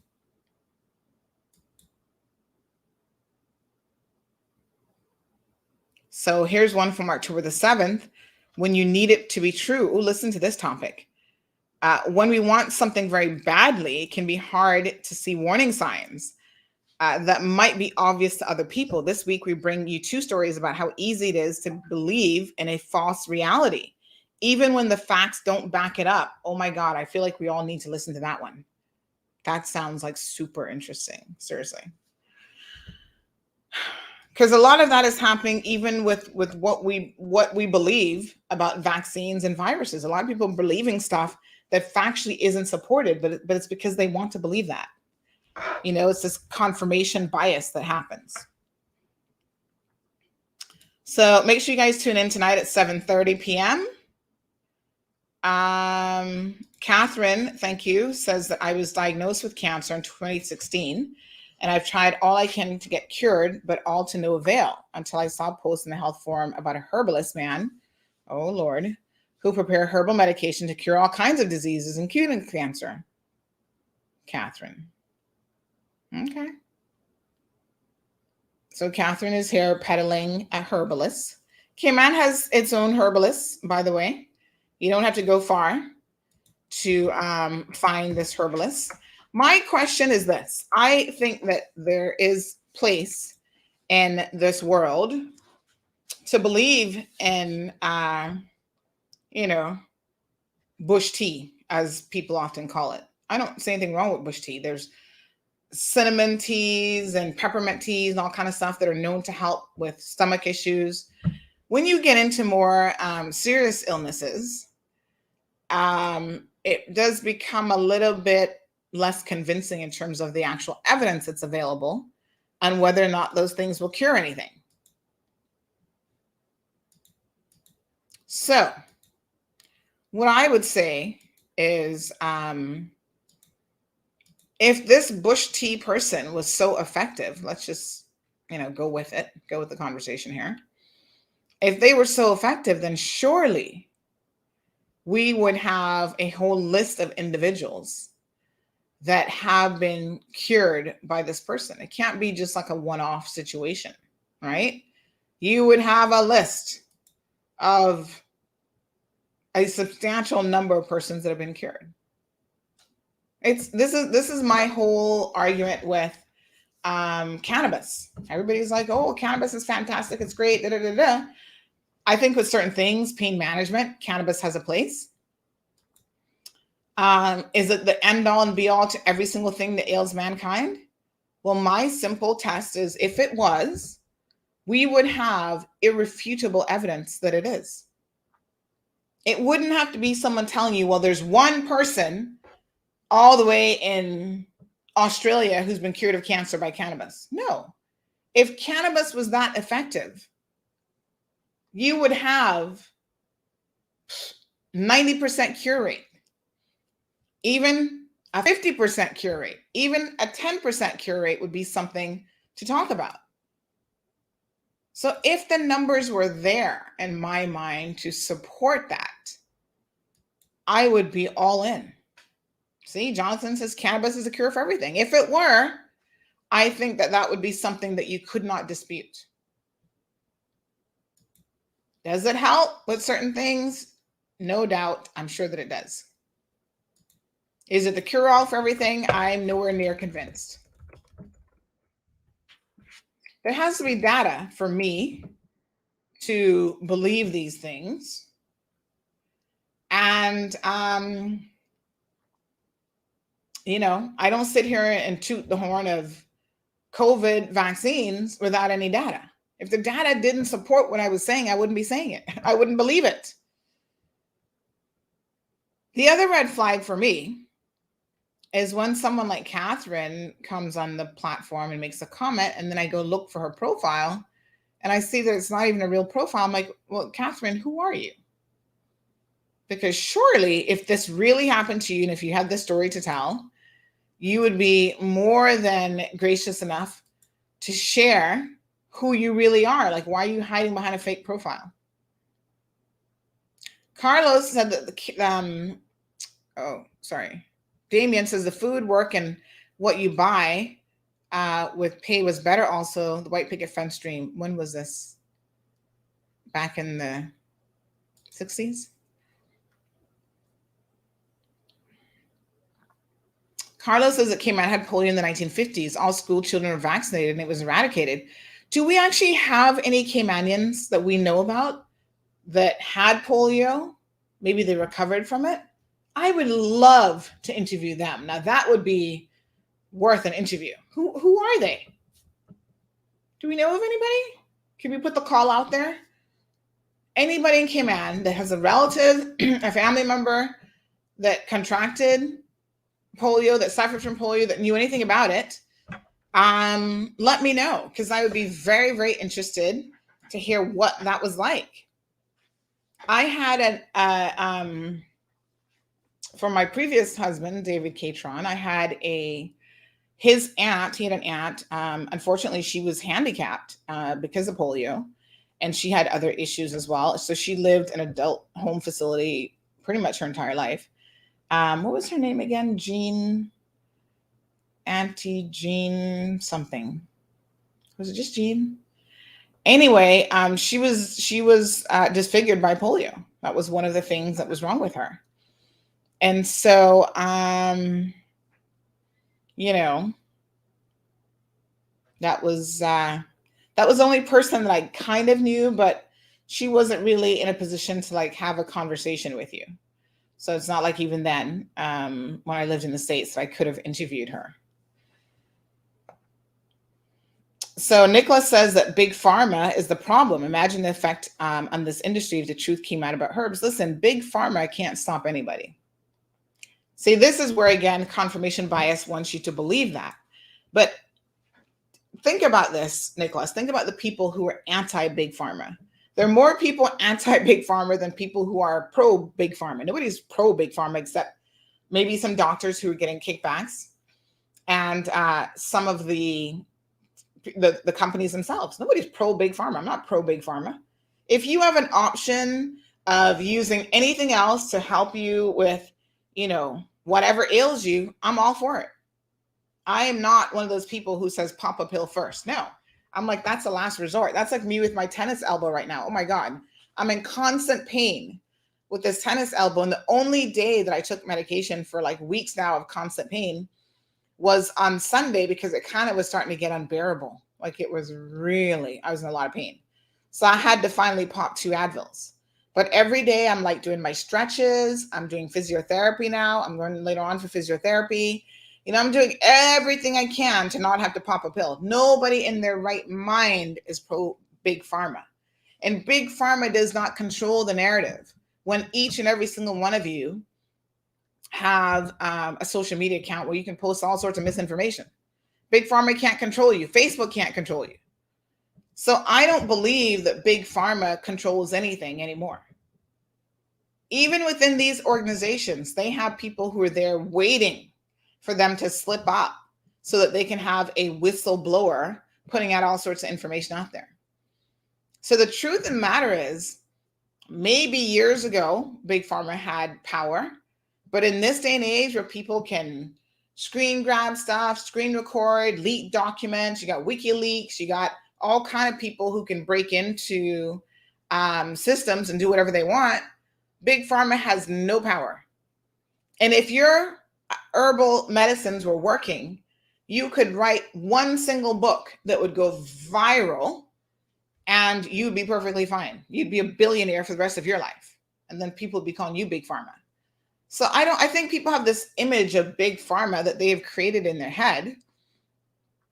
And honestly, it has nothing to do with it at all. This is just the truth. Your diet is extremely important. I'm going to do this 50 by 50 plan where I'm going to try to lose 50 pounds by the time I reach 50, which gives me about 2 years. So I got lots of time. But you know, an anti-inflammatory diet for anyone who has chronic pain, arthritis, whatever, we know that those things work. So diet is ultra important. There's no one who's going to argue with that.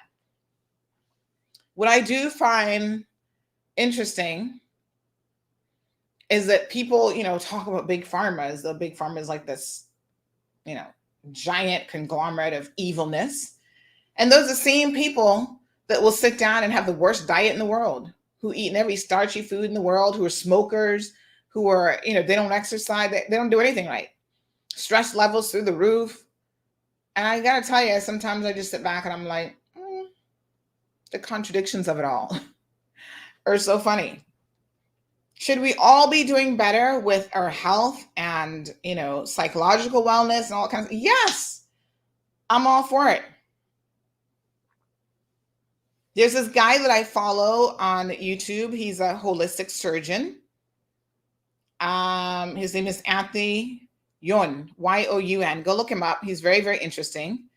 And he encourages stuff like fasting and, you know, things that are good for you, because they show that the more you do like intermittent fasting and whatever, the better off for your system. You actually give your entire body a break from eating. And apparently that helps your body heal. So there's a lot that's going on in the world of health. And I'm going to share something with you guys that you might find incredibly interesting. So Jamaica is now looking at going door to door to vaccinate people. So as you guys know, Jamaica, unfortunately for them, has had a very slow uptake with the COVID vaccine. It's still probably 10% or less of their population of some 3 million people. Yes, Nicholas, nothing is stopping you from writing a book. It's the easiest thing in the world now to write a book because everybody's reading ebooks, right? You can self-publish your books. You can sell them on Amazon and just show your proof. So you can write a book about anything, you can say anything, but when it comes to the medical world and proving that these things work, you need to have double-blind studies. That is the holy grail of proving that something works or doesn't work. You see, there's very scientific ways in which these companies, these drug companies, are forced to prove the efficacy of their drugs. You don't just wake up and be like, oh yes, this drug works, here it is, take it. Oh, my herbal tea works, just start drinking it. That just isn't how it works. So if you got to prove it, 1,000 people have taken this herbal tea for this. Here are their ages. Here, I mean, you have to listen. Most of us have no clue what goes in to actually putting a test group together to prove that something is effective or it's not effective. It sounds easy. You know, it sounds like super, super easy, but I can tell you it's not as easy as people think. But if you are that committed to your cause, there should be nothing in the world that would stop you from proving your case. So show us all the herbal stuff that you take and how you're the healthiest person in the world. You know, you have no high blood pressure, you have no diabetes, you have no cancers, all this stuff, and you can attribute it just to the herbal meds that you're taking. I think that that's what people want to see, and that's what they want to hear. But you got to be prepared to be challenged. You can't just put stuff out there and says, oh, well, this is a miracle drug and this works, without people going, hold on a second now. How does it work? And who are the people that took it? And who, you know, people are going to ask very, very logical questions.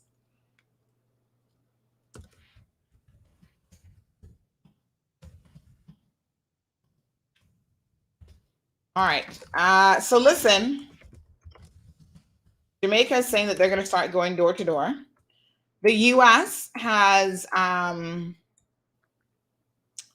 now said November the 8th. Well, they said this before, but now we're getting firmer details on how the rollout for their travel plan will work.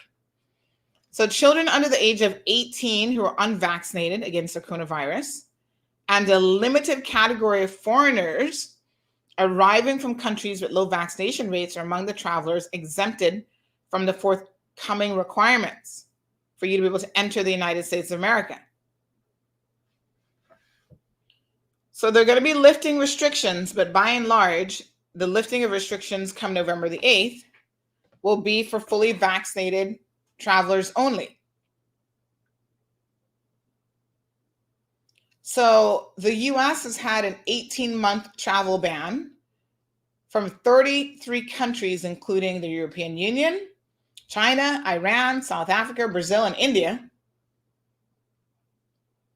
And listen to this in terms of numbers. The industry has suffered a $500 billion loss caused by the pandemic.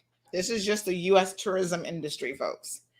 Again, when I hear people say, oh my God, you know, this was a planned pandemic, blame it on Fauci.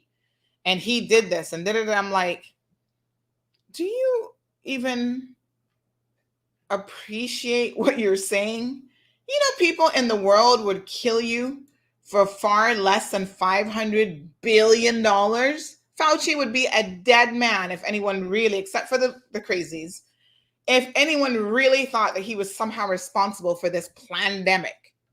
I'm like, people need to exercise a certain amount of common sense here when they buy into these conspiracy theories.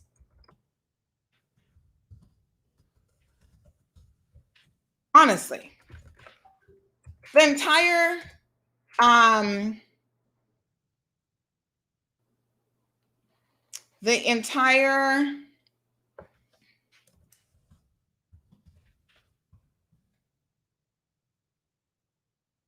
airline industry is on the brinks of collapsing because of COVID and so much more. In New York City alone, the lack of tourists has wiped out almost 100,000 jobs and resulted in a loss of more than $60 billion in revenue. That's just in New York City alone.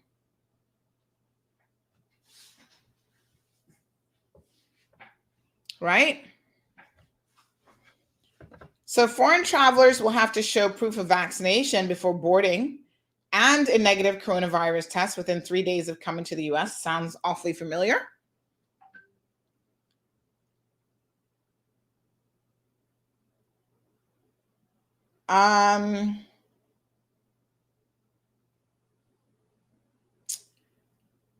For unvaccinated Americans, so now this isn't just travelers, Americans will have conditions as well.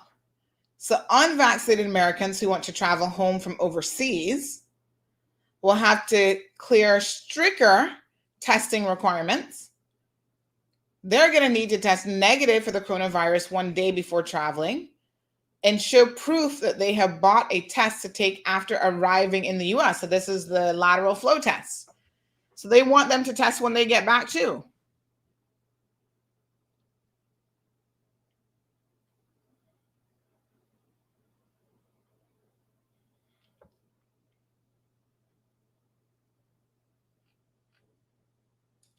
So they have a few exemptions. So children under the age of 18 who are unvaccinated. So this is all going down November the 8th. Fully vaccinated people, international travelers, are able to now travel back into the US.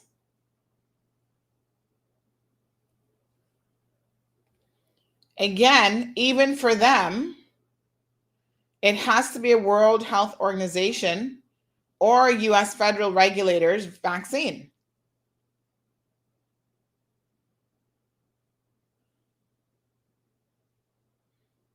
Now, there are some people, like in certain countries, because remember, there actually is limited access to the global supply of the vaccine. I know in Cayman, we don't appreciate that because we have so much of it here that people can quibble over it. In other places in the world, that's actually not the case. People are dying and they want to be vaccinated and they cannot get vaccinated.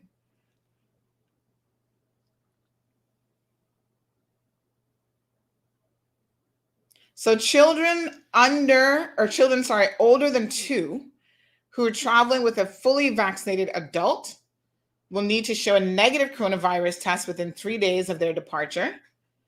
Those traveling alone or with an unvaccinated adult will need to show one a day before they travel to the US. So they're tightening that window a bit. And if you're flying from a country that has less than 10% of the overall population fully vaccinated, if they can show a compelling reason for entering the US, they might let you in. So this would be Jamaica. You know, if you want to travel from Jamaica into the US, they have 10% or less vaccinated, you'd have to be able to show them a compelling reason. Now, I don't know what compelling reason means to them, but they're saying that it would apply to a narrow group of unvaccinated travelers.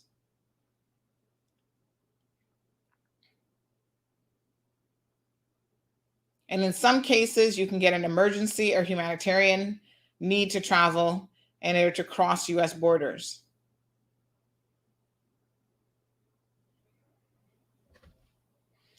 So everyone is waiting to see how these things work, you know.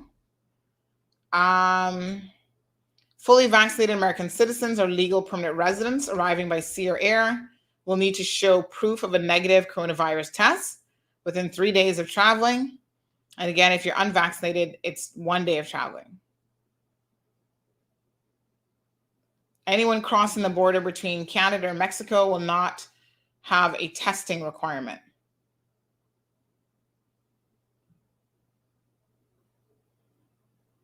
And travelers will be required to provide their personal information for potential contact tracing after arriving in the US.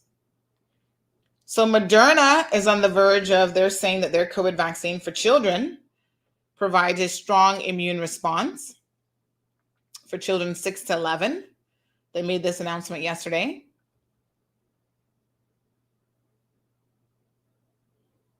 And they said that after 1 month, 1 month after immunization was completed, children in Moderna's trial had antibody levels that were 1.5 times higher than those seen in young adults. So they've not yet released the full data. And remember now they're going to actually publish it in a peer-reviewed journal.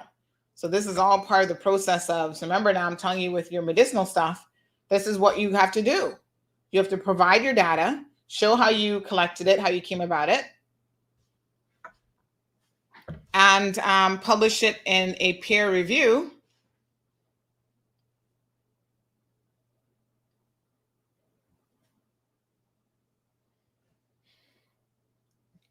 Where other scientists and medical professionals get to look at it and comment on it and basically pick it apart, because that's how you know if you've gotten it right. So the Food and Advisory Committee to the Food and Drug Administration is scheduled to review data for the Pfizer BioNTech vaccine in children ages 5 to 11. So the Moderna group included some 4,753 children. They got 2 shots given 28 days apart. They received 50 micrograms of the vaccine, which is half the adult dosage in 1 shot. So it seems like with the younger kids, what they're doing is actually adjusting the dosage amount, which is normally what happens.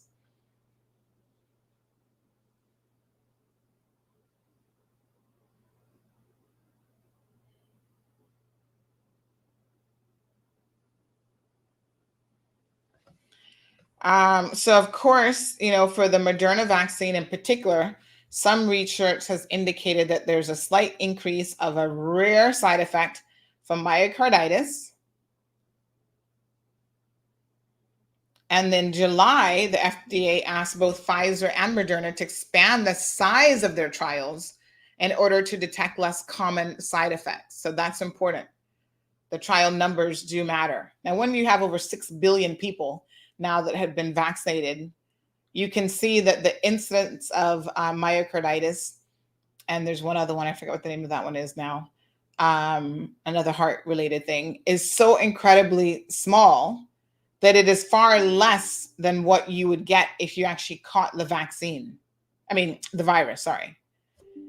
So, you know, it's like people who are out there pushing and say, oh, well, let me catch this virus and acquire natural immunity. And then they argue that one of the reasons why they want to be able to do that is so that they don't get myocarditis. That argument actually makes no sense.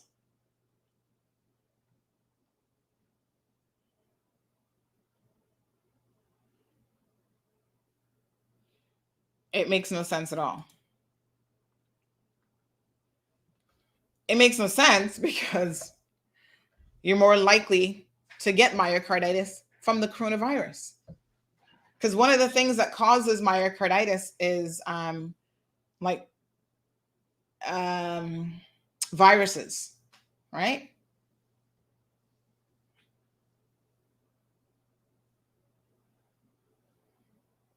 So Louis says, so it's your elbow pain. Would you consider cannabis instead of the Advil? Probably inflammation.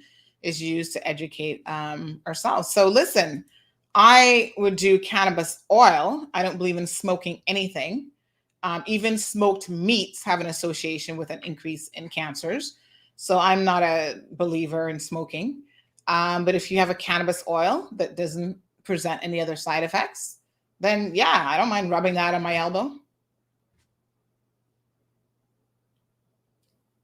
As with most things, the way to deal with the tennis elbow is to get to the root cause of it. What's causing it?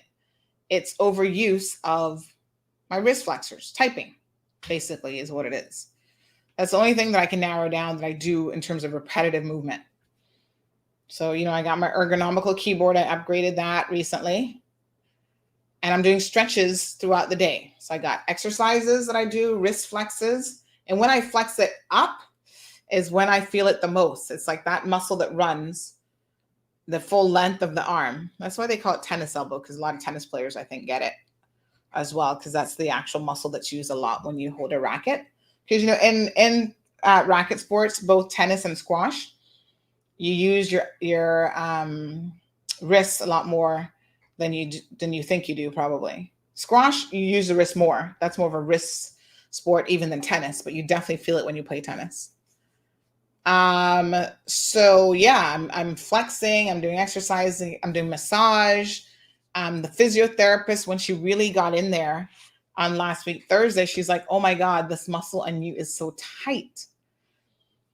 So I find this happens with me all the time. When I go to physiotherapy and I have an issue, it's mechanics, calf muscles that are overextended and over tight and not getting enough stretch. I need to do like yoga or something that really does a lot of Pilates would probably be something I should get into. There's a lot of stretching and elongating. And when that calf muscle is too tight, it ends up putting extensive pain on the Achilles heel. And then that turns into a chronic Achilles issue, which I've had in my left foot for years. It's not flared up at the moment, but before I walk or do anything like that, I got to warm up and I got to stretch that muscle. And I really should be stretching it every single day. But when you're not in pain, the body has a way of, just jump up and go. You're doing good. And then when you start to feel the pain, you're like, darn it, I should have stretched. I should have done this. I should have done that. We all know some of the things that we need to do to help our bodies. And it's hard to do it when you feel like it's not needed, but it's needed, right? So yes, she's working on that for me. So I actually go back to see her today. I feel like I need to see her more often than once a week right now, though, for the tennis elbow. So she's working on my shoulder and my tennis elbow. So she was in there. She's like, wow, this is really tight. Now she puts a little bit of pain on it because I was like, oh my God, that hurts. Because she's got to kind of put her fingers in there and really try to loosen that up.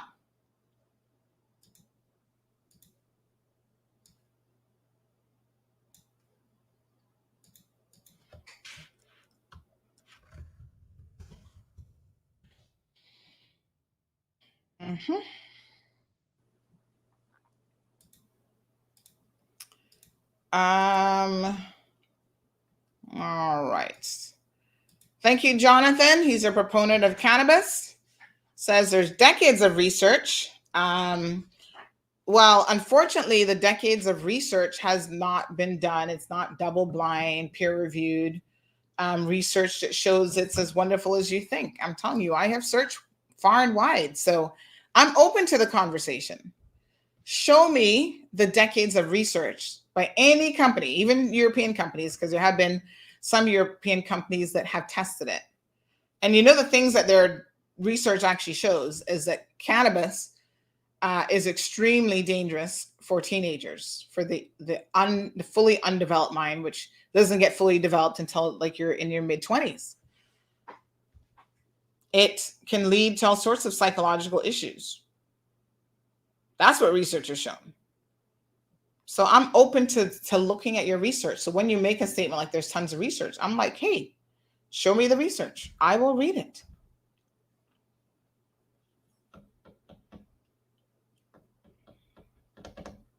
So El Rey says DEA has announced its decision it will keep marijuana in the same legal. And let's be very clear here: marijuana and medical cannabis, in my mind, are not the same thing.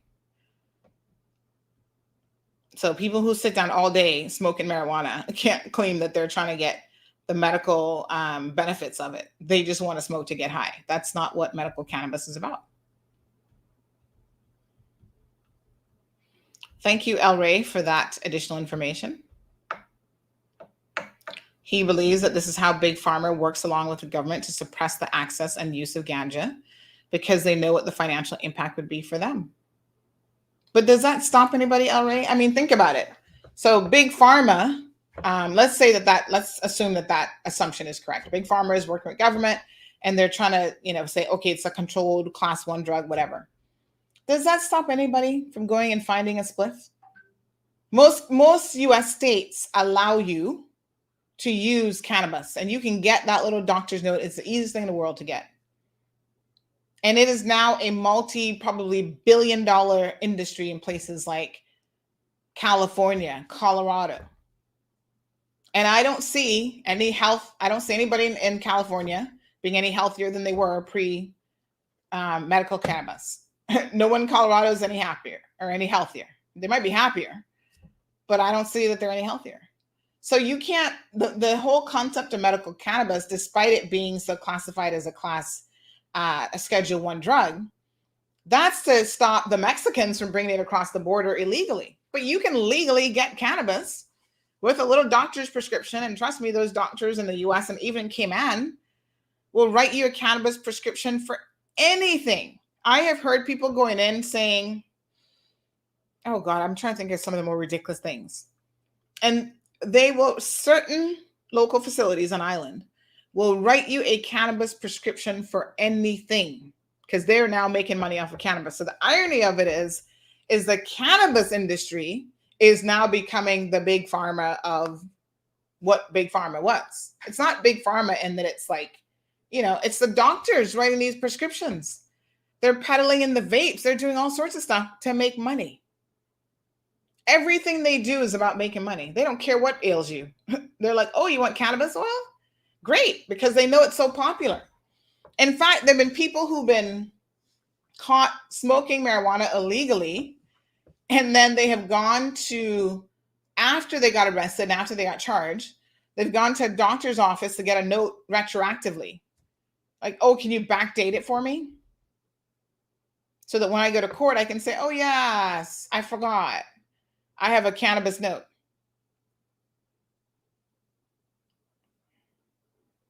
Okay, so Jonathan, this is my point, right? If cannabis is going to be a $70 billion market by 2025, which is right around the corner, has that now just become the big pharma of the big pharmas? Who's getting rich off of cannabis? You sit down in your backyard smoking a spliff still isn't stopping the cannabis market. It is still going full steam ahead. And now it's become the big pharma that you guys have been so upset about all this time. That's the irony of it. $7 billion, $70 billion, whatever it is.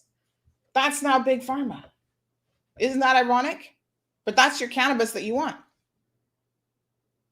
It still doesn't mean that if you don't go through the right channels, if you don't go to a dispensary, if you don't go to a physician to get your prescription, you just smoking a spliff here and there every single day, that you wouldn't be arrested and charged for that, because that's not what the $70 billion industry is all about.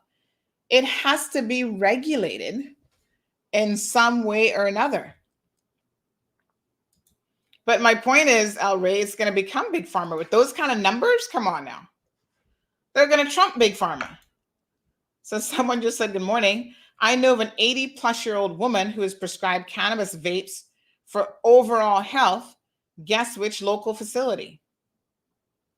80-year-old woman vaping? Seriously?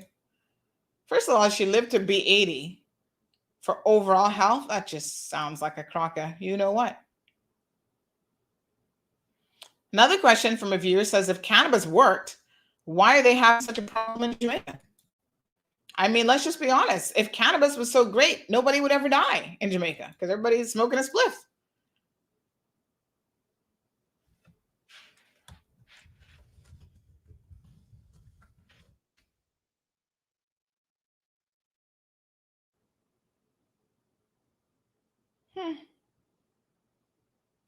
I'm just saying, folks. I'm just saying.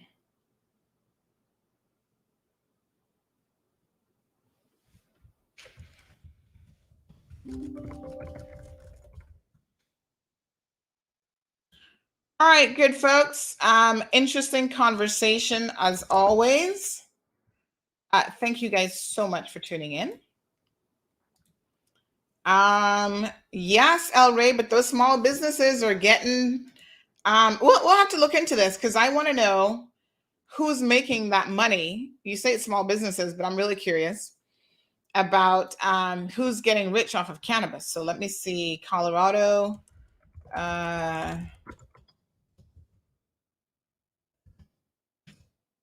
me see here now. Who's getting rich off of cannabis? Well, it's already been asked. April the 10th, 2021. New York Magazine. Who's getting rich off of cannabis? Let us see what they say.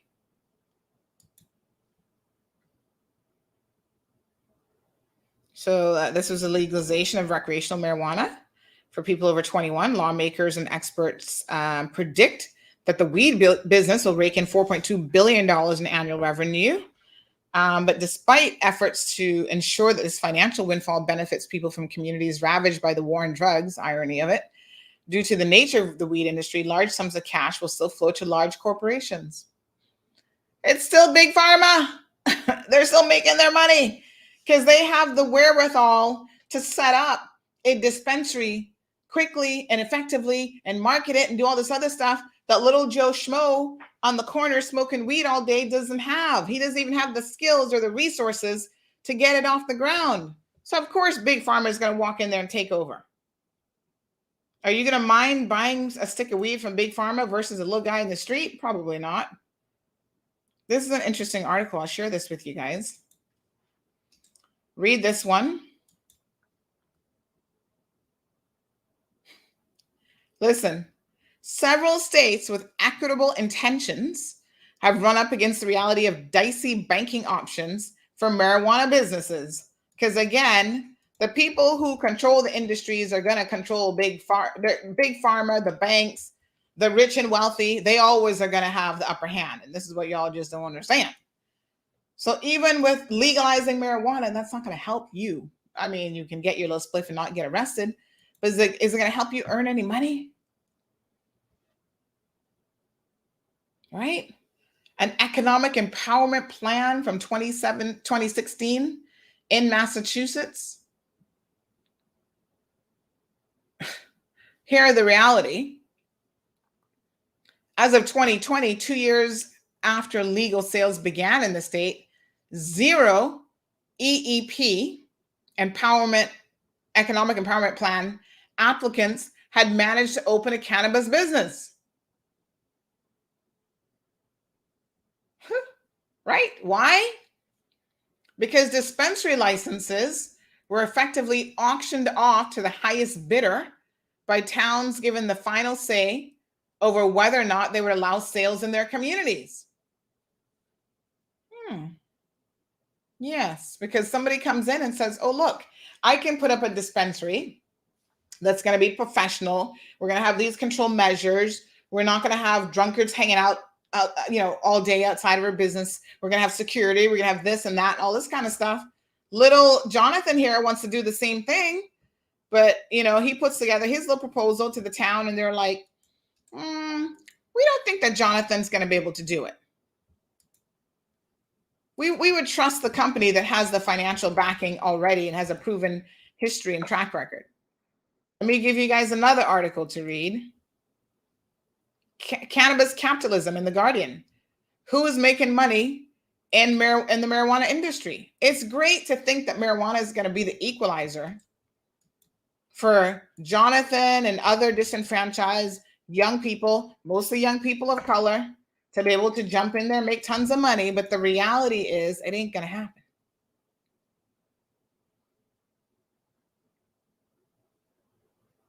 right? In 2014, your New Year's Day, 2014, Colorado opened the world's first regulated recreational marijuana market.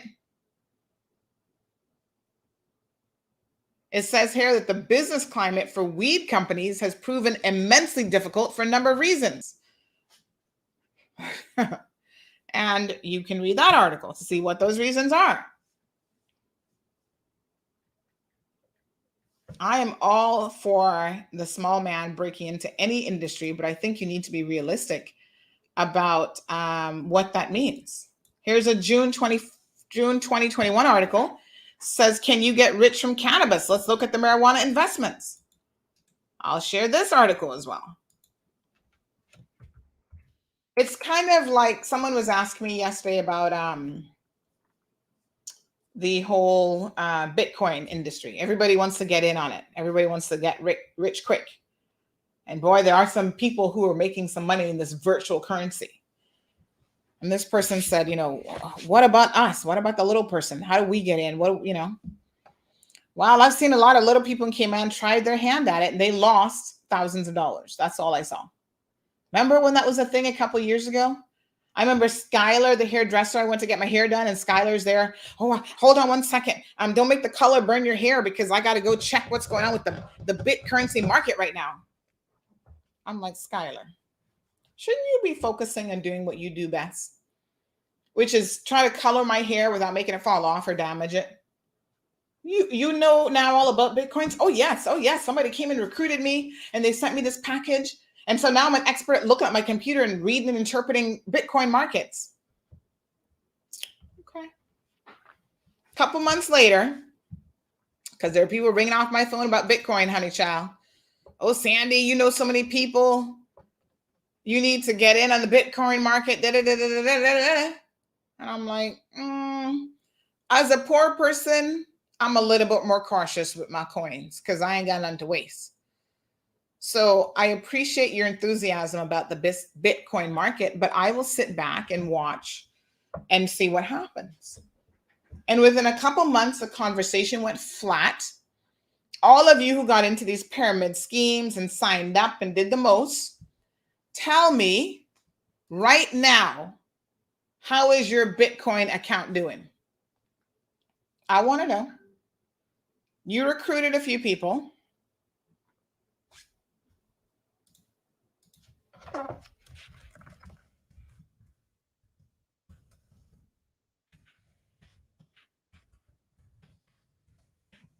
How's it going?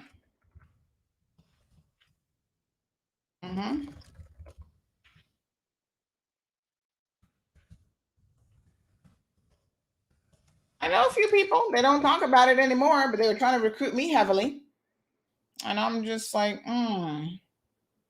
y'all were the same people trying to do the airline business. I remember that one when they were saying, oh, yes, you can now open up your own airline industry and you get your own airline website. I'm like, do y'all not know anything about business? That doesn't make you an airline business or an airline company. Now you can start selling to your friends and I'm like, you know anything about running a travel agency business? I'm not saying that it's not lucrative, but it's not as easy as that. So everyone in Cayman, this was a premise. All you had to do is pay $500 and you got a travel website. And because travel is a multi-billion-dollar industry, you now get a piece of pie. Easy as that. And all you have to do is sign up your friends. Well, red flag right there, honey. You know what that is? That's called a pyramid scheme. Here we go again with these pyramid schemes. You can package them any way that you want. If your bottom dollar is dependent on you signing other people up to make money, it is a pyramid scheme and it is doomed to failure because there's only so many people you're going to be able to sign up, honey child. There was one years ago. Who was involved in that? Colin Anglin. Colin, I would like to know whatever happened to that one. That was some kind of man, they even had one big time meeting at one of the hotels. What the hell was it called again? Something with technology, video conferencing or something. Whatever happened to that? That's disappeared too. Every single one. They get a quick rise. Last year, we were dealing with the Blossom Friends and Blossom Circle. That gone quiet now too. Where's that? It's like they come in with a vengeance, quick incline and bloop, just as quick of a decline. King says, "Thanks, Sandy. Always dealing with facts." I'm the hardest person in the world to fool when it comes to get quick scheme, because I just don't believe that that's the premise on which you get quick. I mean, I have done my research and I've looked around the world and it just doesn't happen. Most people make their money out of being very methodical, working harder, smarter, investments that pay off over time. There's very few things that is going to make you a millionaire overnight. And anything that comes and promises you quick return, 25% on your investment, it is fool's gold. I'm telling you, do not believe it. Al says, find a fool and walk them to death.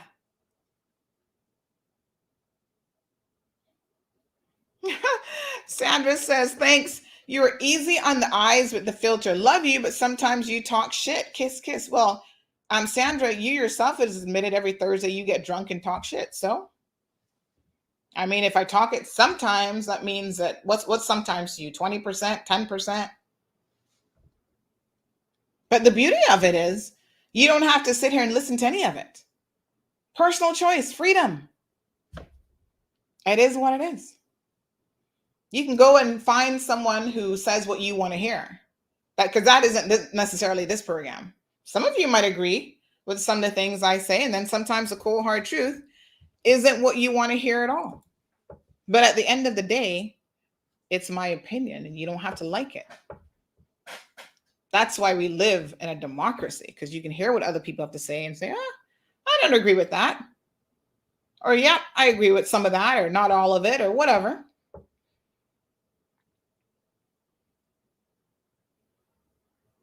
But, the world is so incredibly interesting. I know so many people who have fallen prey over the years to one pyramid scheme after another. And there's certain personalities, Al, when you talk about find a fool and ride them to death, I have noticed that there are certain personalities that seem to be drawn to these get rich quick schemes, because it's always the same people over and over again who are messaging me about, I've got the latest thing for you to get into. And I'm like, really? Again? And you know what I always say to them?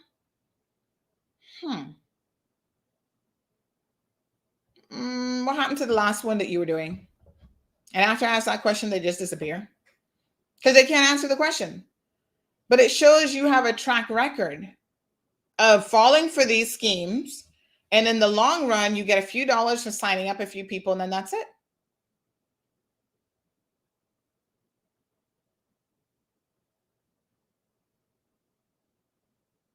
I'm looking back at one individual in particular who's been messaging me since 2016 and every new thing. Weight loss and health programs. I ordered the tea. Here's the NutriBurst. Natural products, hun. I'm like, listen, I am old enough to remember Herbalife when I lived in the US, child. Everybody was on the Herbalife crave. It was a rage. And y'all was selling Herbalife like that was going out of fashion.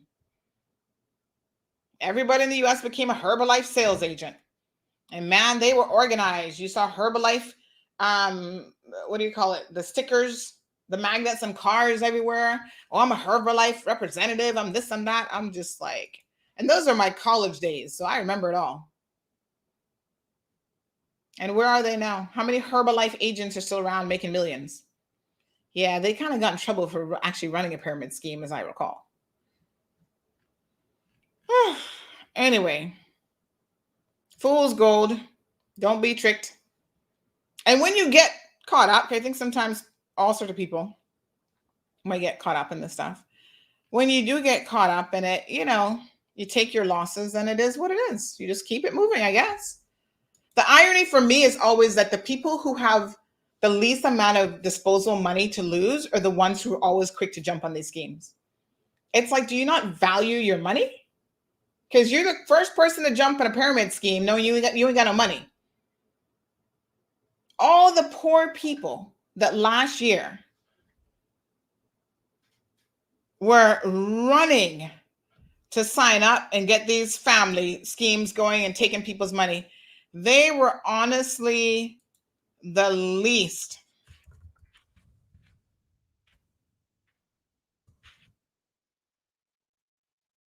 able to actually find that money. Some of them call me crying about, oh, they don't have no money to pay bills. Then why you just gave somebody $500 or more of your money? You should have taken that and paid CUC. But again, but I'm going to give somebody $500 and I'm going to make $8,000. Somehow that makes sense to me. Let me think about that. Because in life, you've been taught that you get something for nothing, right? That's how you were brought up, to believe money falls out of the sky and just hits you, a bag of money hits you in the top of your head, that you can get 1,000% return on your money, and that's normal. Okay. Al says, my friend's trying to get me into it. I said, I'll sit back and watch. That's what I always say too. I said, give it 6 months. Come back and check me in 6 months. If it's still popping off in 6 months, I'm in as an investor. And I can't think of a single scheme that 6 months later, y'all was still excited about it. Folks, thank you guys so much for joining in today. El Ray, Jonathan, Al, Miss Sue, Louie, Nicholas, Damien, Carlos, everybody that was here. Sandra, Sherry Ann, Phil, Irvelyn, Vanessa, Aliano, Johan. Thank you all for tuning in today. Please do not forget there's a stolen van that was stolen from Lee's Office Supplies. This is what the van looked like. Somebody stole it from the back of Lee's Office Supply in Paddington Place. Would appreciate you ensuring that you keep an eye out for this van. If you see it, contact the authorities. Hopefully they'll be able to recover this van. It's got to hurt when you do work hard and then somebody just steals what they want from you, right? How sad is that? So it's white Hyundai van. We've got the information up on the website. Check it out, folks. Tune in today, 7:30 p.m. The HSA joins us to talk about their preparedness, which means our preparedness as a country. And we'll see what they have to say. So Kevin's got that on lockdown. You guys have a beautiful day. Thank you for tuning in to another edition of The Cold Hard Truth. Make sure to check Facebook for showtimes and more information and the latest news at CaymanMarlRoad.com. Subscribe to our IG and Facebook pages to get the latest happenings.